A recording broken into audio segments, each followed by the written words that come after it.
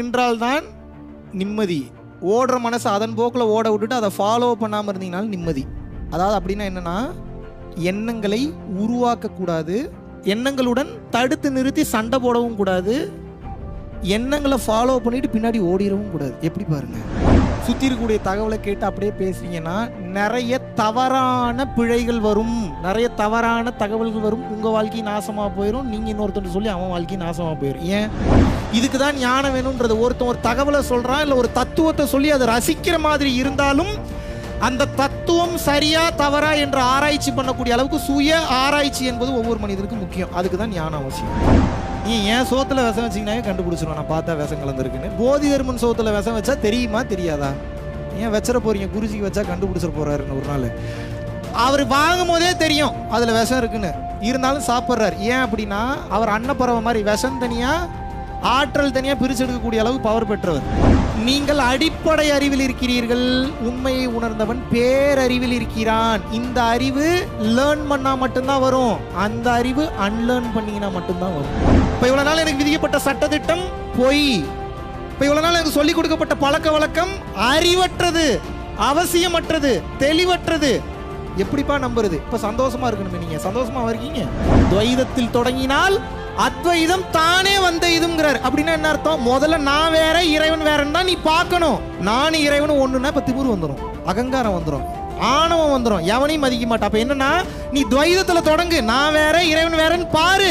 ஒரு கட்டத்திற்கு மேல் இறைவனே வந்து சொல்லுவாரா, நீ இதுக்கப்புறம் தனித்தனியா பார்க்காத ராஜா, நீயும் நானும் ஒன்றாகி விட்டோம் என்று இறைவனே வந்து சொல்லுவார். அது வரைக்கும் ரெண்டையும் வேற வேறையா தான் பார்க்கணும்.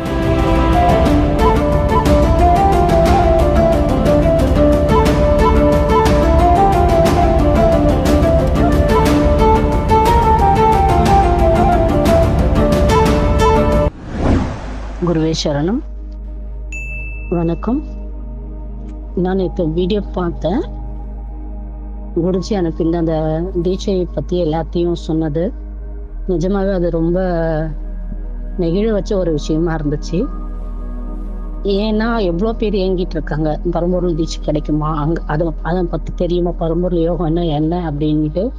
ஸோ அது சாதாரணமாக குருஜி வந்து சாதாரணமாக சொல்லியிருக்காருன்னா, ஆனால் அவர் உயிரோடைய வேல்யூ அவர் நினைச்சிருக்காரு. எவ்வளோ பேருக்கு என்ன ஆக போகுதுன்றது குருஜிக்கு தெரிஞ்சிருக்கு. சில விஷயங்கள் தெரிஞ்சதால தான் அவர் இந்த அளவுக்கு முடிவு எடுத்திருக்காரு. எங்களுக்கு உண்மையாகவே என்ன சொல்றதுன்னே தெரியல. சந்தோஷத்துல அழ வருது. ரொம்ப ரொம்ப ரொம்ப எவ்வளோ பெரிய விஷயம் அவர் செஞ்சிருக்காரு.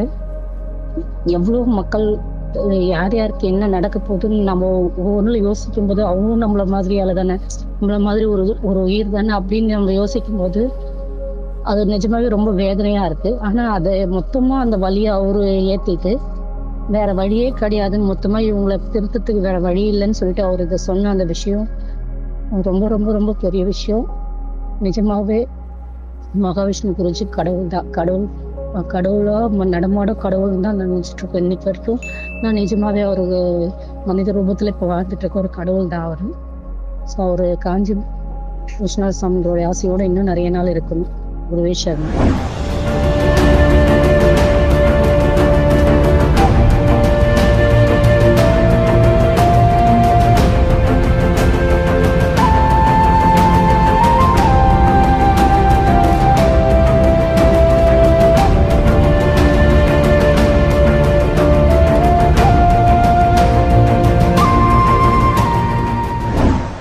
சரி, இப்போ நான் என்ன கேட்குறேன்னா, எதுக்கு நம்ம ஆன்மீகத்தை கற்றுக்கணும்?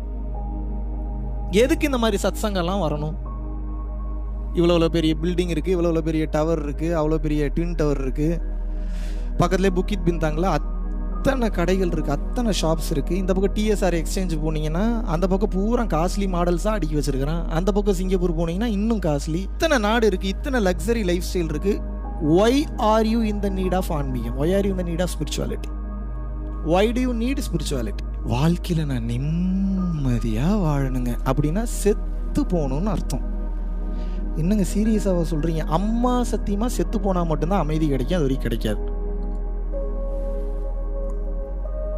நீங்கள் என்ன கேட்குறீங்கன்னா மன அமைதி கேட்குறீங்க. மன அமைதினா என்ன அப்படின்னா மனம் ஓடக்கூடாதுன்னு அர்த்தம். மனம் எப்படிங்க ஓடா? இப்போ நீங்கள் சமாதி பயிற்சிலாம் பண்ணி அதை பண்ணி இதை பண்ணி இந்த சாதனா பண்ணி அந்த சாதனா பண்ணி எல்லாம் பண்ணாலும் மனம் நிற்கும், நிற்காமலாம் இருக்காது, நிற்கும். நாளைக்கு ஏதாவது உங்களுக்கு புது கமிட்மெண்ட் இருக்குது, புது ப்ரியாரிட்டி இருக்குது, புது ஆசை வருதுன்னா மறுபடியும் மனம் ஓட ஆரம்பிச்சிடும். என்ன பண்ணுவீங்க? இப்போ இத்தனை வருஷம் என்ன உபதேசம் கேட்டீங்க நீங்கள்? மனதை நிறுத்து, மனதை அடக்கு, மனதை கட்டுப்படுத்து, மனதை அழித்து விடு, மனதை கொன்று விடு, எல்லாம் கரெக்ட் தான். எத்தனை பேர் அதை பண்ணானுங்க? இவ்வளோ தூரம் பேசுகிற என்னாலேயே முடிய மாட்டேங்குது, இஷ்டத்துக்கு ஓடுது, கொஞ்சம் விட்டா ஓடுது. டே என்னடா, கொஞ்சம் விட்டா இந்த பக்கம் ஓடுது, கொஞ்சம் அசந்தா போய் ஊர் மேய்ஞ்சிட்டு வருது, எங்கெங்கேயோ போய் மேய்ஞ்சிட்டு வருது, கொஞ்சம் அசந்தா. அதனால தான் இவனுக்கு பேர் மானம் கெட்டவன் வச்சுருக்கேன். இவனுக்கு பேர் என்னன்னு வச்சுருக்கேன்? ஏன் மானம் கெட்டவன்னா, முதல்ல தோசை சூப்பராக இருக்கும்மா, சாப்பிட்டுட்டு இருக்கும்போதே தோசை போதும் வச்சிருன்றான். சரி தோசையை வச்சுட்டா மறுபடியும் நல்லா இருக்கு சாப்பிடுங்கிறான். தோசையே வேணான்னு தூக்கி வீசிட்டா தோசையை வீசுறியே உனக்கு நியாயமா இருக்கான்னு திருப்பி என்னவே கேள்வி கேட்குறான். சரி புது தோசையாவது போய் சுட்டு நீயே சாப்பிட்டுக்கடான் அப்படின்னா புது தோசையை சுடும்போது மாவு பத்தலைங்கிறான். இப்போ இந்த மனசு என்ன சொல்லுதுன்னா இப்படி தான் குழப்பி விட்டுக்கிட்டே இருக்கும். இப்போ நான் பேசுனது ஏதாவது புரிஞ்சுதா? தோசை மேட்ரு உங்களுக்கு இப்படி தான் குழப்புவாங்க. முதல்ல இருக்கும்மா, அப்புறம் இல்லைம்மா, அப்புறம் அதுதான் இதும்மா, அப்புறம் இதுதான் அதும்மா, அப்புறம் எதுவுமே இல்லைம்மா, இல்லை முதல் இருந்ததில் அதுதான் கரெக்டும்மா. இதில் நீங்கள் எதை கன்ஃபர்மேஷன் பண்ணுவீங்க?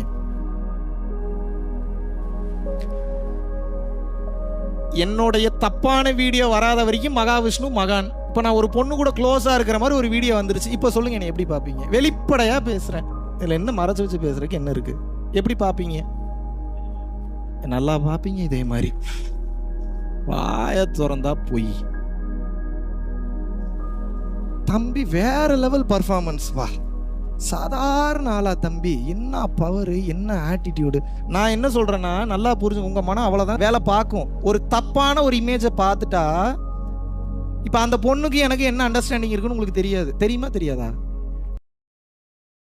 மனம் சமுதாய சட்ட திட்டங்களை வைத்து மட்டும் நல்லது கெட்டதுக்குள்ள சிக்கிக்கிட்டீங்க. நல்லா புரிஞ்சுக்கங்க, you are in danger zone. ஞானத்தில் இருக்கிறவன் எல்லாத்துக்கும் தெரியும் இங்கே எதுவுமே தப்பு இல்லைன்னு. ஆனால் எல்லா தப்பும் பண்ணுறானுங்க, ஆனால் நேக்கா பண்ணுறானுங்க, தப்பிச்சிட்றானுங்க. ஏன்? கர்மா இல்லாமலும் பண்ணுறாங்க, அந்த பர்சனுக்கு பாதிப்பு இல்லாமலும் பண்ணுறாங்க. Whatever it may be, not only physical relationship. I mean the money, I mean the fame, I mean the food, I mean the girls, I mean the boys and every bloody opportunities in this world, which means ஞானம் எதற்கும் கட்டுப்படாதது. ஞானம் ஆனா எதுக்கும் கட்டுப்படாதுன்னு எவன் பேசுறதையும் நான் கேட்க மாட்டேன், சொல்றதையும் கேட்க மாட்டேன், ஜெயிலுக்கு போயிருவீங்க. மனம் எதற்கும் கட்டுப்படாமல் இருக்க வேண்டும். உடல் எங்க இருக்கணும்? உடல் எங்க இருக்கணும்? சட்டதிட்டங்களுக்கு உட்பட்டு தான் இருக்கும். இப்போ உங்களுக்கு எல்லா பிரச்சனையும் ஒரே காரணம் தான்.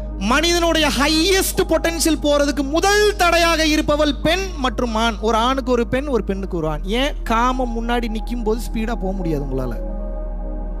தூக்கி வீசிட்டு இந்த செகண்ட் நான் தயார்னா போயிருவீங்க படாருன்னு. விடாது.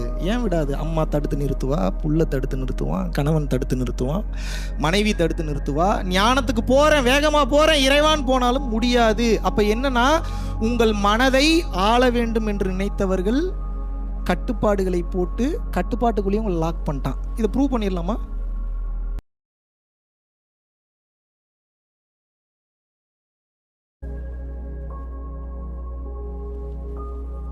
இது புரியாது இப்போ உங்களுக்கு.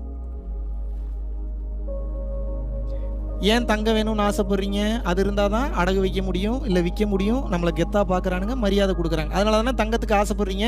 இப்போ நான் என்ன சொல்கிறேன், இப்போ இந்த அறிவு ஓகே, இதை தாண்டின்னு ஒரு அறிவு இருக்குது. அது என்ன அறிவுனா அதுதான் மெயினான அறிவு. சிற்றறிவு என்ன சொல்லுது? தங்கம் வேணும், அதுதான் கெத்துன்னு சொல்லுது. பேரறிவு என்ன சொல்லுது? அங்கே தங்கமே இல்லை, லூசு பயலே, நல்லா பாருன்னுது. என்னடா சொல்கிற? கண் எதிர்க்க தெரியுது, தொட்டு பார்த்தா ஃபீல் டே இல்லை, அங்கே தங்கம் இல்லை, அது தங்கமும் இல்லை, அங்கே அப்படி ஒரு கலரும் இல்லை, உனக்கு அப்படி ஒரு தேவையும் இல்லை, அங்கே நீயே இல்லைன்னுது மெய்ஞானம். என்னடா குழப்புற? இதை புரிஞ்சுக்கிறதுக்கு தான் மெய்ஞானம் வேணும். நீங்கள் பிறந்ததுலேருந்து இப்போ வரைக்கும் நீங்கள் பார்த்த பொருள் விலங்கினம், உயிரினம். இனிமேல் நீங்கள் பார்க்க போகிற பொருள் விலங்கினம், உயிரினம் அத்தனையும் மாயை, அத்தனையும் பொய். கிறுக்குத்தனமா, லூசுத்தனமா அதை அடையிறதுக்காக உங்க எனர்ஜியை வேஸ்ட் பண்ணிட்டு இருக்கிறீங்க. உண்மையை உணர்ந்தவன் அனைவருக்கும் தெரியும், யார் எப்படி வேணாலும் அவங்களுக்கு பிடிச்ச மாதிரி வாழ்வதற்கு முழு சுதந்திரம், முழு உரிமை இந்த உலகத்தில் உண்டு. ஆனா பிரச்சனை என்னன்னா, அதை எவனும் சொல்லி தரல, அதனால பயமா இருக்கு அதுக்குள்ள போறதுக்கு. எல்லாத்தையும் சம்பாதிக்கிறேன். இறைவனும் நானும் ஒரு தனி கனெக்ஷன்ல இருக்கிறோம். என் வாழ்க்கையை எனக்கு பிடிச்ச மாதிரி வாழ்றதுக்கு உரிமை உண்டா இல்லையா? Who are you to stop? இப்படி போகக்கூடாது, இப்படித்தான் போகணும்னு சரியான பதிலாக இருந்தால் பரவாயில்ல.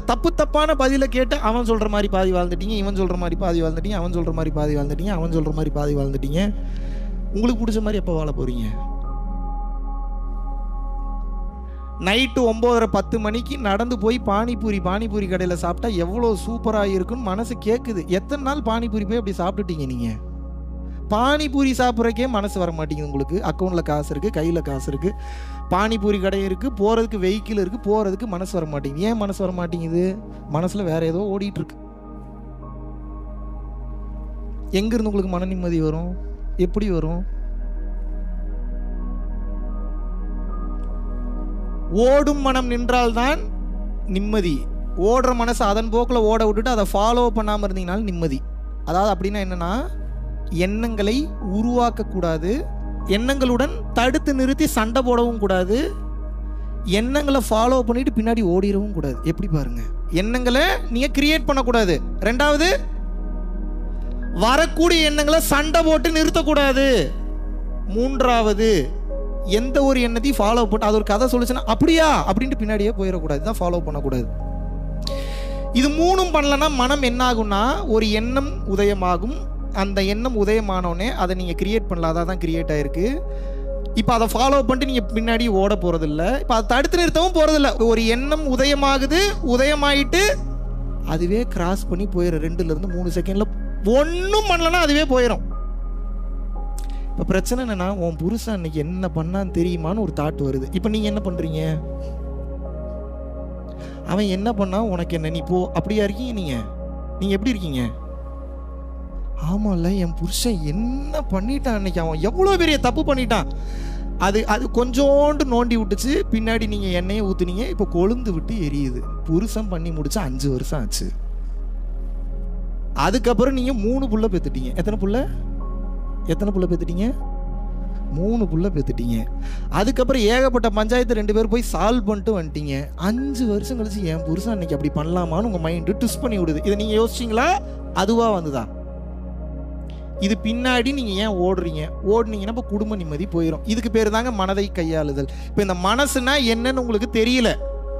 மனம் என்றால் என்னவென்று தெரியாத காரணத்தினால் பிரச்சனைகளில் சிக்கிக்கொண்டு தவித்து கொண்டிருக்கிறீர்கள். இவ்வளவுதான் மேட்ரு. இப்போ மனசு என்னன்னு புரிஞ்சிருச்சுன்னா எல்லா பிரச்சனையிலிருந்து வெளியில வந்துருவீங்க.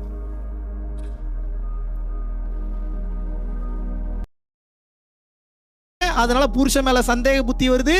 சந்தேக புத்தி வரும்போது நோண்டிக்கிட்டே இருக்கிறீங்க. நீங்களும் செத்து போறீங்க, அவனையும் நிம்மதியாக இருக்க விட மாட்டீங்க.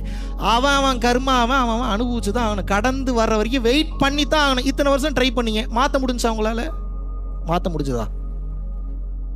இப்போ மட்டும் எப்படி மாற்ற முடியும்னு நினைக்கிறீங்க? அப்போ மனம் கண்ட்ரோல் இல்லாததுன்னு அர்த்தம். மனம் என்பது கண்ட்ரோல் இல்லாதது. இப்போ பிரச்சனை என்னன்னா, சட்டத்திட்டங்களுக்குள்ள சிக்கிக்கிட்டீங்க, ஞானத்துக்கு வரமாட்டீங்க.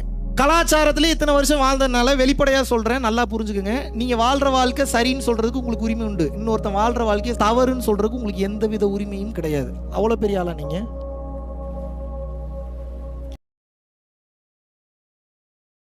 பார்க்கக்கூடிய பக்குவம் உங்களுக்கு வரணும்.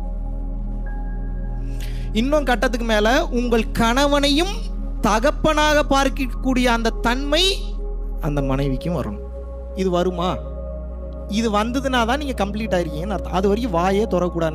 நான் பத்தினி, நான் யோகியன், நான் ரொம்ப நல்லவன், என்னை மாதிரி நல்லவனை உலகத்திலேயே பார்க்க. Don't ever use that words.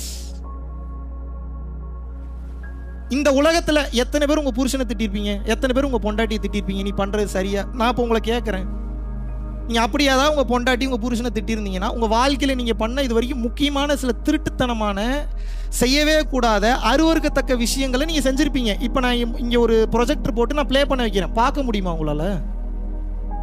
பார்க்க முடியுமா? How dare you control your wife?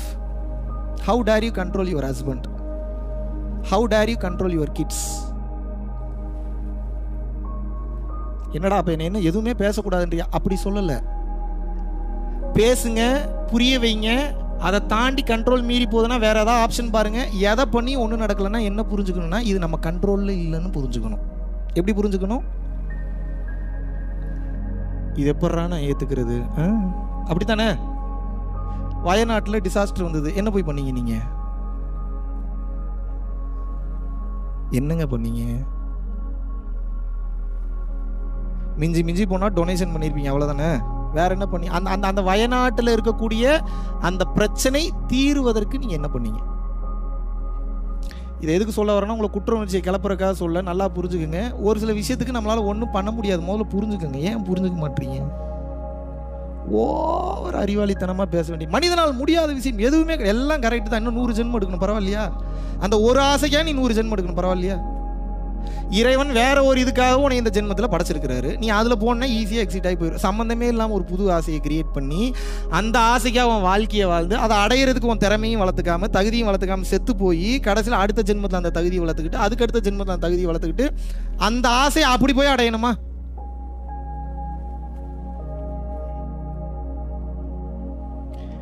ஏதாவது புரியுதா நான் பேசுறது? இல்லை புரிஞ்ச மாதிரியே பார்க்குறீங்களா? கனெக்ட் பண்ணிக்க முடியுதா நான் சொல்கிறத? Can you connect everything that I speak? தெளிவாக புரிந்து கொள்ளுங்கள். முக்காவாசி குடும்பத்தில் வர பிரச்சனை காரணம் சந்தேக புத்தி. சந்தேக புத்தியில இல்லை, கரெக்டாக தான் சந்தேகப்படுவாங்க அவங்க. அதில் என்ன சந்தேகம் வேறு? அங்கே ஏதோ தப்பாக இருக்குது, அதனால சந்தேகம் வந்து தொலையுது. அதனால அது இப்போ நெருப்பு இல்லாமல் புகையாது, கரெக்டு தானே? நெருப்பு இல்லாமல் அப்படின்னா என்ன அர்த்தம்? If there is some mistake, then I will definitely suspect. Is it right or wrong? அது இங்கே ஏதோ தப்பாக இருக்குது, அதனால நமக்கு தப்பாக புரியுது. இப்போ நம்ம இப்போ மாஸ்டர் ஆயிடணும். மறுபடியும் பழைய கேமே ஆடிட்டு இருக்கக்கூடாது, குழந்தைங்க கேமே விளையாடிட்டு இருக்கக்கூடாது. என் புருஷன் இப்படி பண்ணிட்டான், என் பொண்டாட்டி இப்படி பண்ணிட்டா, இதெல்லாம் பேசக்கூடாது. இனிமேலாம் குழந்தைங்க விளையாடுற விளையாட்டு மாஸ்டருக்கு வந்துடணும். மாஸ்டர் எப்படி விளையாடுவான் இந்த விளையாட்டு அப்படின்னா, நீயே செருப்படி போட்டு மிதி போட்டு திருந்தி வருவே, இறைவன் மேலே எனக்கு 100% நம்பிக்கை இருக்குது, நல்லபடியாக போயிட்டு வா, ஹாப்பியாக போயிட்டு வா. அடி விட்டு பொழந்து கட்டும் போது தெரியும் நீதாமா கதின்னு வருவ, நீ அது வரைக்கும் வெயிட் பண்றவா. இதுதான் மெச்சூரிட்டி.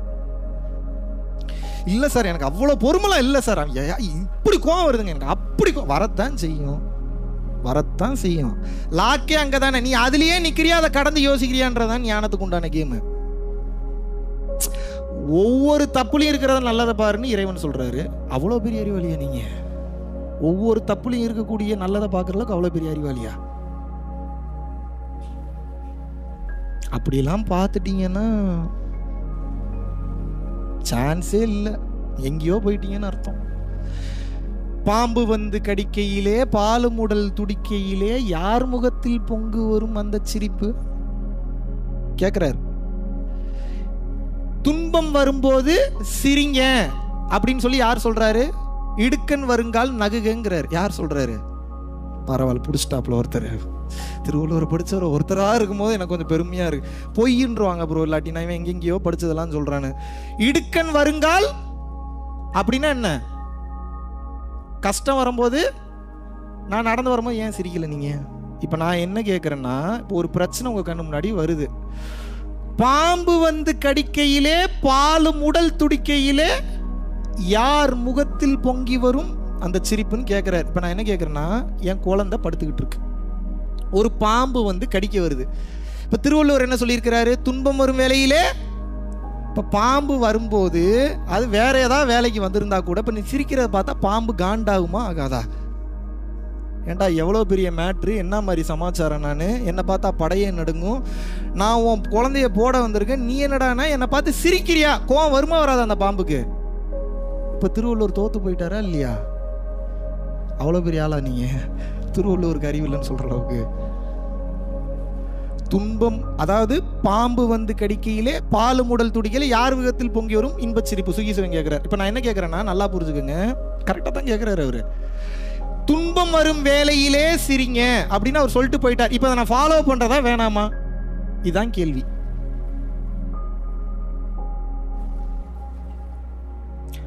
ஒரே ஒரு தப்பான புரிதல் இப்போ உங்களுக்குள்ள ஏறிடுச்சு.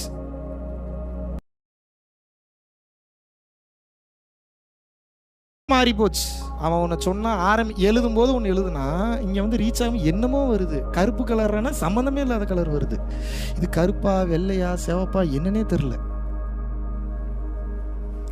புக்கை படிச்சு தொலையாதீங்கன்றது சொல்ற காரணமே அதுதான். அடிப்படைக்கு புத்தகம் போதும், அடிப்படையை கடந்து விட்டால் மத்தகம் வேலை செய்ய வேண்டும். எது வேலை செய்யணும்? மத்தகம்னா என்ன? மண்டைன்னு அர்த்தம். நீங்க சொல்றீங்களா மண்டை, அந்த மண்டை இல்லை, தலைன்னு அர்த்தம். பெரிய மண்டைங்க அவரு, அந்த மண்டை இல்லை, மண்டை. படிச்சது போதும், இங்க படிங்கன்றேன்.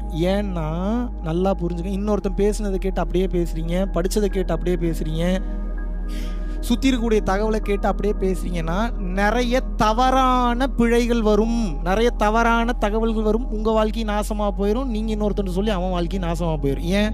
நீங்கள் தான் பெரிய அறிவாளியாச்சு. இன்னொருத்தன் சொல்கிறத கேட்டு ஆஹா ஓஹோன்னு அப்படியே ட்ரான்ஸ்ஃபர் பண்ணிடுவீங்க. ஃபாலோ பண்ணால் வாழ்க்கை நாசமாக போயிடும். இதுக்கு தான் ஞானம் வேணுன்றது. ஒருத்தன் ஒரு தகவலை சொல்கிறான், இல்லை ஒரு தத்துவத்தை சொல்லி அதை ரசிக்கிற மாதிரி இருந்தாலும் அந்த தத்துவம் சரியா தவறா என்ற ஆராய்ச்சி பண்ணக்கூடிய அளவுக்கு சுய ஆராய்ச்சி என்பது ஒவ்வொரு மனிதனுக்கும் முக்கியம். அதுக்கு தான் ஞானம் அவசியம். இல்லாட்டினா சொல்றதான் உண்மை நினைச்சு வாழ ஆரம்பிச்சிருவீங்க. உண்மையும் பார்க்க முடியாது, ஞானத்துக்கும் போக முடியாது, சீக்கிரம் செத்தும் போயிருவீங்க ஸ்ட்ரெஸ் டிப்ரெஷன்ல. Don't blindly follow anyone or anything until you have the trust on some person or a person or a being, whoever it may be. முழு நம்பிக்கை ஒருத்தர் மேல நீங்க வைக்கலன்னா அவனை முழுசா நம்பக்கூடாது. எழுதி வச்சுக்க. என்னைய கேட்டால் எவனையும் நீங்கள் நம்பாதீங்க. நான் அதைத்தான் சொல்கிறேன். நீங்கள் என்னவே நம்பாதீங்க. மூடு நல்லா இருக்கிற வரைக்கும் நல்லா இருப்பேன். நாளைக்கு கிறுக்கு ஆகிட்டேன்னா என்ன பண்ணுவீங்க நீங்கள்? சரி, அப்போ இந்த டேட்டு வரைக்கும் நடந்த ப்ரோக்ராம் வரைக்கும் நல்லவனாக இருந்திருக்கேன், அது வரைக்கும் எடுத்துக்கணும், மீதியெல்லாம் எரேஸ் பண்ணிடணும். புரியுதா உங்களுக்கு? இந்த மைண்ட் செட்டில் தான் இருக்கணும் நீங்கள். அப்படிலாம் உங்களுக்கு கடைசி வரைக்கும் என்னால் நன்றி உணர்வாலாம் இருக்க முடியாது. எவ்வளோ நாள் தான் நன்றி உணர்வாக இருக்குது? நான் பிறவில்லா பெருவாளுக்கு போகணுமா போகக்கூடாதா? போகக்கூடாதாங்க? அப்போ எனக்கு வேலை இருக்கா இல்லையா? நாளைக்கு போவா? ஒரு வாரம் கழிச்சு பாருங்க. அண்ணா இப்போ டெல்லி கணேஷ் மாதிரி ஒரு ராகவேந்தர் சமாதி போகும்போது டெல்லி கணேஷ் இப்படியே பார்த்துட்டு இருப்பாராம். ஏன் தெரியுமா? போனாருன்னா போய் அவருக்கு அந்த டெக்னிக் தெரியும். ஒரு குறிப்பிட்ட பாயிண்ட் இருக்குது, சமாதிக்கு போயிட்டாங்கன்னா அந்த பாயிண்ட்டை தட்டி ஓப்பன் பண்ணோம்னா தான் சமாதியிலேருந்து மீள்வாங்க. அதெல்லாம் சொல்லித்தர மாட்டேன், கேட்காதீங்க. அந்த மாதிரி அவர். அப்படின்னா என்னென்னா, இவர் மேலாம் ரொம்ப கவனமாக இருக்கணும். மிகுந்த அன்போடு இருக்கிறவர். நம்ம மேலே எந்த அன்பில் இருக்கிறவர்? அவர் உண்மையாகவே நல்லவர் தாங்க, கெட்டவர்கள்லாம் சொல்லுங்க. ஆனால் அவர் தான் பெரிய டேஞ்சர் நமக்கு. இவருடைய மிகுந்த அன்பிற்காக, இவருடைய மிகுந்த பாசத்திற்காக இறைவன் என்ன பண்ணுவார் அப்படின்னா, இத்தனை பேர் இந்த உயிரை விரும்புறானுங்களே, சரி இன்னொரு 10 வருஷம் சேர்த்து ஆயில கொடுப்போன்னு கொடுத்துருவானுங்க. டேய், அதனால உங்களை மாதிரி ஆளுங்கள்லாம் பார்த்தா நான் பயந்து ஓடிடுறது. ஏன்னா பிடிச்சி வச்சிருவீங்க, இழுத்து. இந்த போதி தர்மனை பாதி தர்மன் ஆக்குனீங்க, ஞாபகம் இருக்கா? எப்படி ஆக்குனீங்க? போதி தர்மனை பாதி தர்மன் எப்படி ஆக்குனீங்க சொல்லுங்க? எப்படிங்க ஆக்குனீங்க? சோத்துல விஷம் கொடுத்து கொன்னுட்டீங்க நீங்க. எஸ்ஆர்னோ? செத்து போனாரா இல்லையா? என்னங்க எதை கேட்டாலும் தலையாட்டுறீங்க. போதி தர்மன் எப்படி செத்து போவாரு? நீ ஏன் சோத்துல விஷம் வச்சிங்கனாவே கண்டுபிடிச்சிடும், நான் பார்த்தா விஷம் கலந்துருக்குன்னு. போதி தர்மன் சோத்துல விஷம் வச்சா தெரியுமா தெரியாதா? ஏன் வச்சிட போறீங்க? குருஜிக்கு வச்சா கண்டுபிடிச்சிட போறாருன்னு ஒரு நாள். அவர் வாங்கும் போதே தெரியும் அதுல விஷம் இருக்குன்னு, இருந்தாலும் சாப்பிட்றாரு. ஏன் அப்படின்னா அவர் அன்னப்பறவை மாதிரி விஷம் தனியா ஆற்றல் தனியா பிரிச்சு எடுக்கக்கூடிய அளவுக்கு பவர் பெற்றவர். அவங்க கண்ணு முன்னாடி அவங்க திருப்திக்காக சாப்பிட்ற மாதிரி சாப்பிட்டு புதைக்கிற அளவுக்கு சும்மா இருந்தார். அவ்வளோதானே உங்களுக்கு கதை தெரியும். அதுக்கப்புறம் நடந்த கதை தெரியாதுல்ல. அப்புறம் ஒரு குரூப் கிளம்பி போயிருக்கானுங்க இந்தியாவிலேருந்து. ஏன்டா எங்கே போய் தர்மனை வாடா கொன்னீங்க நீங்கள் இருங்கடான்னு போய் நோண்டி பார்த்துருக்கானுங்க. உள்ளுக்குள் அந்த உடல் இல்லை. அவர் பயன்படுத்தின ஏதோ ஒரு செருப்பு மட்டும்தான் இருந்தது. அப்படின்னா என்ன அர்த்தம்? ஒரே நேரத்தில் 8 இடத்தில் காட்சி கொடுக்கக்கூடிய அற்புதமான அட்டமா சித்து பெற்றவர். உங்களை ஏமாத்துறக்கா இந்த ரூபத்தில் வேற ரூபத்தில் வெளியே போயிட்டார் அவர். நம்மளால முடியுமா சித்தர்கள்லாம் கணிக்கிற அளவுக்கு? அவன் ஏன் கெப்பாசிட்டியே என்னன்னு தெரியாது உங்களுக்கு. நீங்கள் எப்படி நீங்கள் கொங்கண சித்தர், அகத்தியர், போகர், வார்த்தை ஏதோ சின்னதாக இருக்குன்றக்கா உங்களுக்கு ரொம்ப எளிமையாக போச்சு. போகர், புலிப்பாணி, சட்டை முனிநாதர், காலங்கிநாதர்னு. உங்களால் நான் என்ன பண்ண முடியும்னே கண்டுபிடிக்க முடியாது. அவங்களுடைய கெப்பாசிட்டிலாம் உங்களுக்கு எப்படி தெரியும்? தெரியுமா?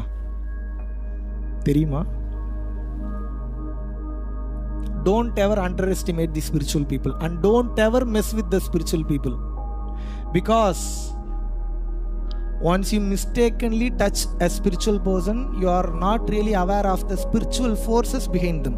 எவன் கீழே இறங்குவானே தெரியாது. எவனாவது ஒரு ஸ்பிரிச்சுவல் பர்சனை ஹர்ட் பண்ணி, காயப்படுத்தி, அசிங்கப்படுத்தி ஏதாவது வம்பு பண்ணிட்டீங்கன்னா நீங்கள் உண்மையாகவே நல்ல பர்சனாக இருந்துட்டா மன்னிச்சு விட்ருவாங்க. இவன் சும்மா இருப்பான், ஏன்னா இவன் யோகி, இவன் ஞானி, இவன் சாது. என் பிள்ளைய தொட்டுட்டீங்களான்னு கொத்து கொத்தா கீழே இறங்கி வந்து உங்களை சம்பவம் பண்ணுவானுங்க. Don't ever miss with spiritual people. நான் என்ன மட்டும் சொல்ல, எல்லாத்தையும் தான் சொல்கிறேன். எல்லாரையும். இப்போ நாளைக்கு நீங்களே பயிற்சி பண்ணிங்கன்னா உங்கள்கிட்டயே ஒருத்தன் மெஸ்அப் பண்ணக்கூடாது. ஏன் அப்படின்னா கொஞ்சம் முறைச்சு பார்த்தீங்கன்னா அவன் வாழ்க்கை முடிஞ்சிடும். That is the power of focus.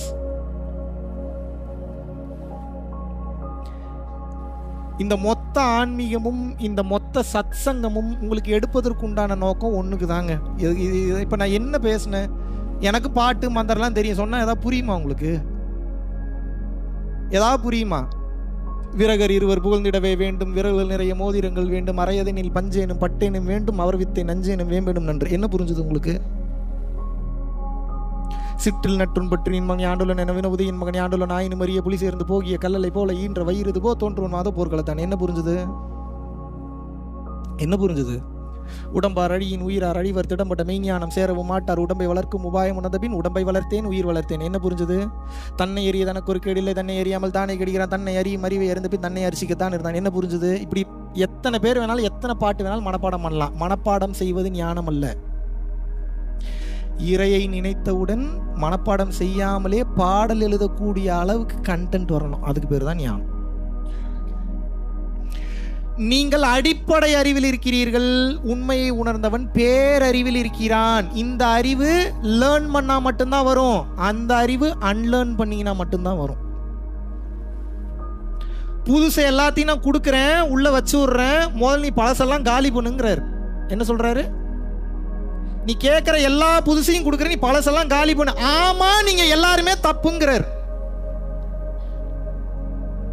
இப்ப இவ்வளவு நாள் எனக்கு போதிக்கப்பட்ட கலாச்சாரம் பொய். இப்ப இவ்வளவு நாள் எனக்கு விதிக்கப்பட்ட சட்டத்திட்டம் பொய். இப்ப இவ்வளவு நாள் எனக்கு சொல்லிக் கொடுக்கப்பட்ட பழக்க வழக்கம் அறிவற்றது, அவசியமற்றது, தெளிவற்றது. எப்படிப்பா நம்புறது? இப்ப சந்தோஷமா இருக்கணுமே. நீங்க சந்தோஷமா இருக்கீங்க? 24 மணி நேரம் சந்தோஷமா இருக்கீங்களா? 20% சந்தோஷத்துக்காக 80% துக்கத்தை டெய்லி அனுபவிச்சுட்டு இருக்கீங்க. Yes or no? Then what is the lesson, what is the education that you have learned in your past? For what reason you are studying? Just for getting the marks? Just for getting the rank? To be placed in a university or to be placed in a good company? You are going and working as a slave there. The biggest scam in this world, do you know what is that? The biggest scam in this world, which is called your marriage first, the second thing is your job.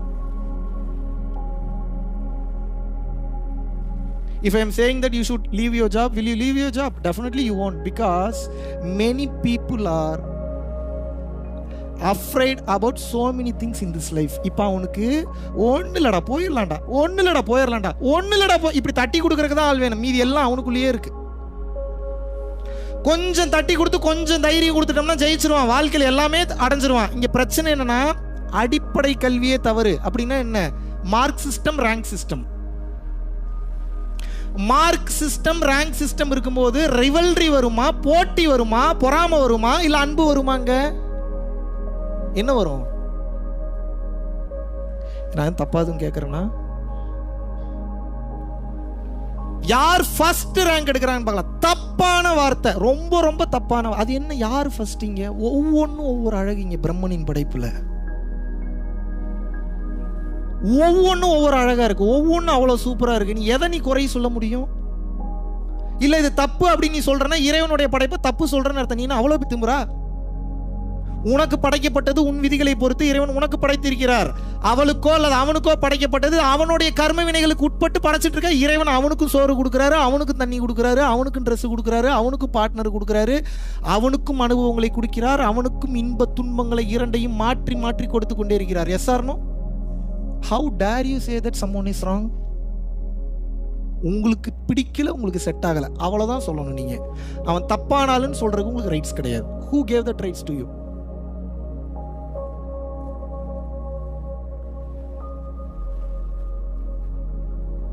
Analyzing everything without judgment is called highest form of intelligence. அப்படின்னா என்னங்க? அனலைஸோ அப்சர்வோ எப்படி வேணாலும் வச்சுக்கோங்க. Observing everything without judgement is called highest form of intelligence. அப்படின்னு என்ன? இந்த ஒரே ஒரு கோட் உங்களுக்கு புரிஞ்சிருச்சுன்னா பட்டயத்தில் எழுதி தரேன், உங்களோட குடும்ப வாழ்க்கை 200% ஆனந்தமாக இருக்கும். அத்தனை மேட்ரு இதுக்குள்ளே தான் இருக்குது. இப்போ இவ்வளோ நாள் நாங்கள் வாழ்ந்த வாழ்க்கை தூக்கி குப்பையில் போடுங்க. நான் தான் வேலைக்கு ஆகாதுன்ட்டுல தப்பான ஃபார்முலாவில் விளையாடிட்டு அப்புறம் சுகம் கிடைக்கலன்னா எங்கேருந்து கிடைக்கும்? நான் சொல்கிற ஃபார்முலாக்கு வாங்க, வாழ்க்கை சூப்பராக இருக்குது. என்னடா கொஞ்சம் கூட மான மரியாதைலாம் போகுது. யாருக்கு மானம், யாருக்கு மரியாதை? Who are you to ask மானம் மரியாதை என்றால்? I don't have VMSS. Do you know what is called that? வெக்கம் மானம் சூடு சொரணை. VM. Those people who are ready to lose their VMSS, they will immediately got enlightened.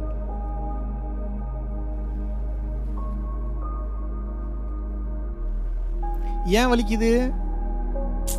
எங்க அப்பா இப்படிப்பட்ட ஒரு ஃபேமிலியிலேருந்து. எப்படிப்பட்ட ஃபேமிலிடா? என்னடா சாதிச்சிட்ட? இந்த வயதில் வந்து தான் பிறக்கணும். ஏதாவது மேலே எதுவும் சீல் குத்திட்டு வந்தியா நீ? இல்லை வேற மேலே உட்காந்து அரட்டை இறங்க எதுவும் பேசுனியா? இல்லை நீயா நானா பேசுனியா? டைமுக்கு இந்த வீட்டில் நீ பிறக்கணும், அந்த வீட்டில் பிறக்கணும், இங்கே போகணும், அங்கே போகணும், விதிக்கப்பட்டது.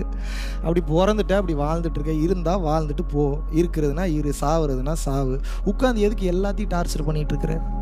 நான் என்ன மீன் பண்ணுறேன்னா நல்லா புரிஞ்சுக்கணும். நீங்கள் வாழ்கிறதே தவறான வாழ்க்கை முறை. இதில் இன்னொருத்தன் வாழ்க்கையை வேறு திருத்திருக்கு போகிறீங்க. கொடுமையை பண்ண மொட்டையும் சேர்ந்துச்சான் முருங்கை மரத்தில் ஏறிச்சான்னா என்ன அர்த்தம் அப்படின்னா, 2 மொட்டை அடித்த பசங்க, நீங்கள் நினைக்கிற மொட்டை பசங்க இல்லை, மொட்டை அடித்த பசங்க மரத்தில் ஏறுறாங்க. முருங்கை மரத்தில் ஏறினா என்ன ஆகும் நீங்கள் சொல்லுங்கள்? பிஞ்சு முருங்கை மரத்தில் ஏறினா என்ன ஆகும்? அது 2 பேர் ஏறினா என்ன ஆகும்? உடஞ்சி என்ன ஆகும்? மொட்டைக்கு வாங்க, அங்கே தானே மெயின் பாயிண்ட் இருக்கு. குப்புற விழுவான், மேல இருந்து விழுவானா மாட்டானா? இப்ப மண்டை கீழே தேயுமா தேயாதா? ரத்தம் வருமா வராதா? இப்ப முடியோட வேல்யூ தெரியுதா தெரியலையா? ஞானத்தை எங்கேயோ போய் தேடிட்டு இருக்கிறீங்க.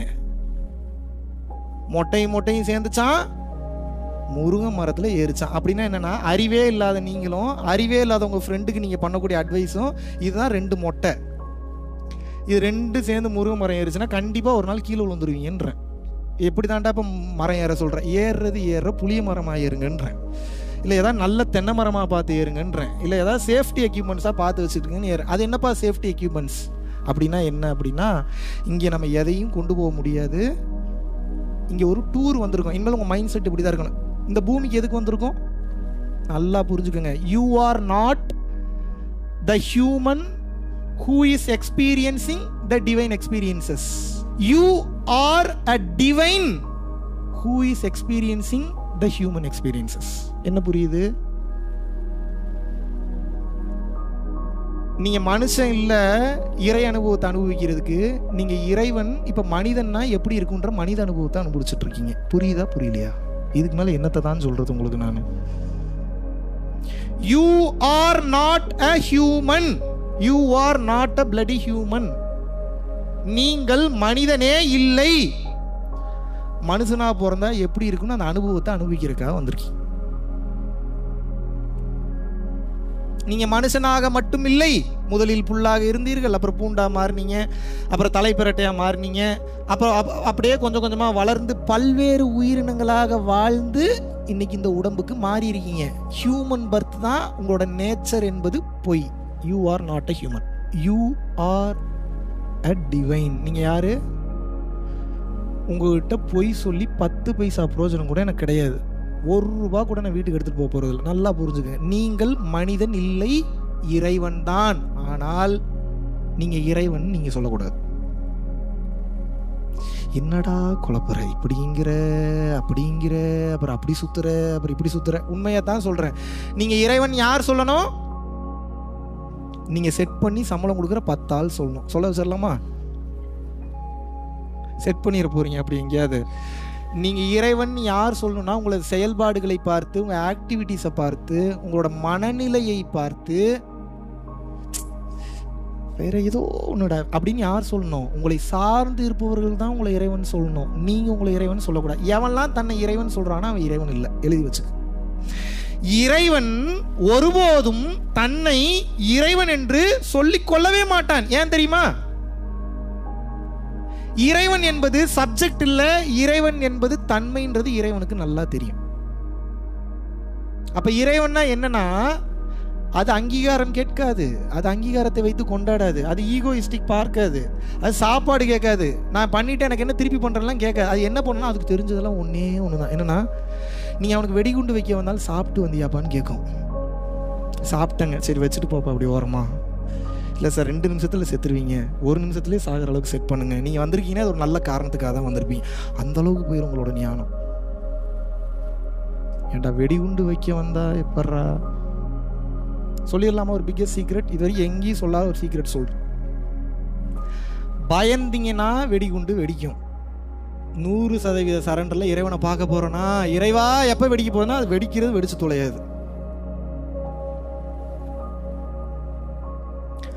மனதை நிறுத்தி ஒரு வினாடியில் காற்றுல மனசை மட்டும் கரைக்கணும், உடலை கரைக்க முடியாது, அது லேட்ரு. மனசை மட்டும் ஒரு செகண்டில் காற்றுல கரைக்க தெரிஞ்சிருச்சுன்னா எதிரே வரும் மிருகங்கள், எதிரே வரும் விலங்குகள், எதிரே வரும் பிரச்சனைகள் எந்த ரூபத்தில் வந்தாலும் இறை அருளினால் மொத்தமாக ஆக்கிரமிப்பு செய்யப்பட்டு அதனுடைய சாதக பாதக விளைவுகள் எல்லாத்தையும் இறைவன் எடுத்துட்டு உங்களுக்கு நல்லதை மட்டும்தான் பண்ணுவார். ஆனால் மனசை கரைக்க தெரியணும். எப்படி? பயிற்சி பண்ணால் தான் கரைக்க முடியும். எப்படின்னா பண்ணால் தான் கரைக்க முடியும். என்னெல்லாம் ரிசல்ட்ன்றதெல்லாம் சொல்லிட்டேன். இனி நீங்கள் என்ன பண்ணணுன்றதை இனிமேல் தான் சொல்ல போகிறேன். நல்லா புரிஞ்சுக்கோங்க. இந்த மனம் பூதாகரமாக மாறிவிட்டான். இவனை இப்போ அவ்வளோ சீக்கிரம்லாம் அடக்க முடியாது. நீங்கள் விளையாட்டு காரியம்லாம் கிடையாது, நீங்கள் நினைக்கிற மாதிரிலாம் இல்லை. ரொம்ப டஃபஸ்ட் ஜாப் இப்போ நீங்கள் பண்ண போகிற ஜாப் என்ன? Most toughest job in this universe. மனமது செம்மையானால் மந்திரம் ஜபிக்க வேண்டாம், மனமது செம்மையானால் வாசியை நிறுத்த வேண்டாம், மனமது செம்மையானால் வாயுவை உயர்த்த வேண்டாம், மனம் அது செம்மையானால் மந்திரம் செம்மையாமே அகத்தியர் சொல்றார். அப்படின்னா என்ன? மனசை ஒருத்தர் நிறுத்திட்டானா வந்த வேலை முடிஞ்சுன்றார். அது எப்படி நிறுத்த முடியும்? அவ்வளோ சீக்கிரம் நிறுத்த முடியுமா என்ன? அவ்வளோ சீக்கிரத்தில் நிறுத்த முடியுமா? எப்படிங்க மனசு நிற்கிறது? ஊர்பட்ட பாவம் பண்ணிட்டு இருக்கோம். கங்காணி இல்லென்று கள்ளம் பல செய்வார், கங்காணி இல்லா இடமில்லை காணுங்கால், கங்காணியாக கலந்தெங்கும் நின்றானை கங்காணி கண்டார் கள ஒழிந்தாரு. அப்படின்னா என்னங்க? சிசிடிவி கேமரா எல்லா இடத்துல இருந்து பார்த்துட்டு இருக்குன்னு அப்பவே எழுதிட்டார் 3000 வருஷத்துக்கு முன்னாடி திருமூலர். இந்த சிசிடிவி கேமரா இல்லை, இறைவன் ஒவ்வொரு அணுவுக்குள்ளே இருந்து உங்களை பார்த்துக்கிட்டே இருக்கிறாருன்னு எழுதுறாரு. எப்ப தப்பிச்சு வருது? இதுல எல்லாம் இருந்தேன்னு விளையாட்டா?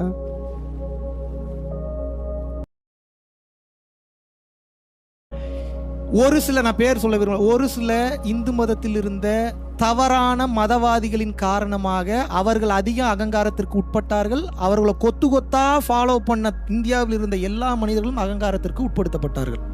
இந்தியாவில் மட்டும்தான் மனுஷனை தெய்வமாக கும்பிடுவாங்க, வேற எந்த நாட்டிலையும் கிடையாது.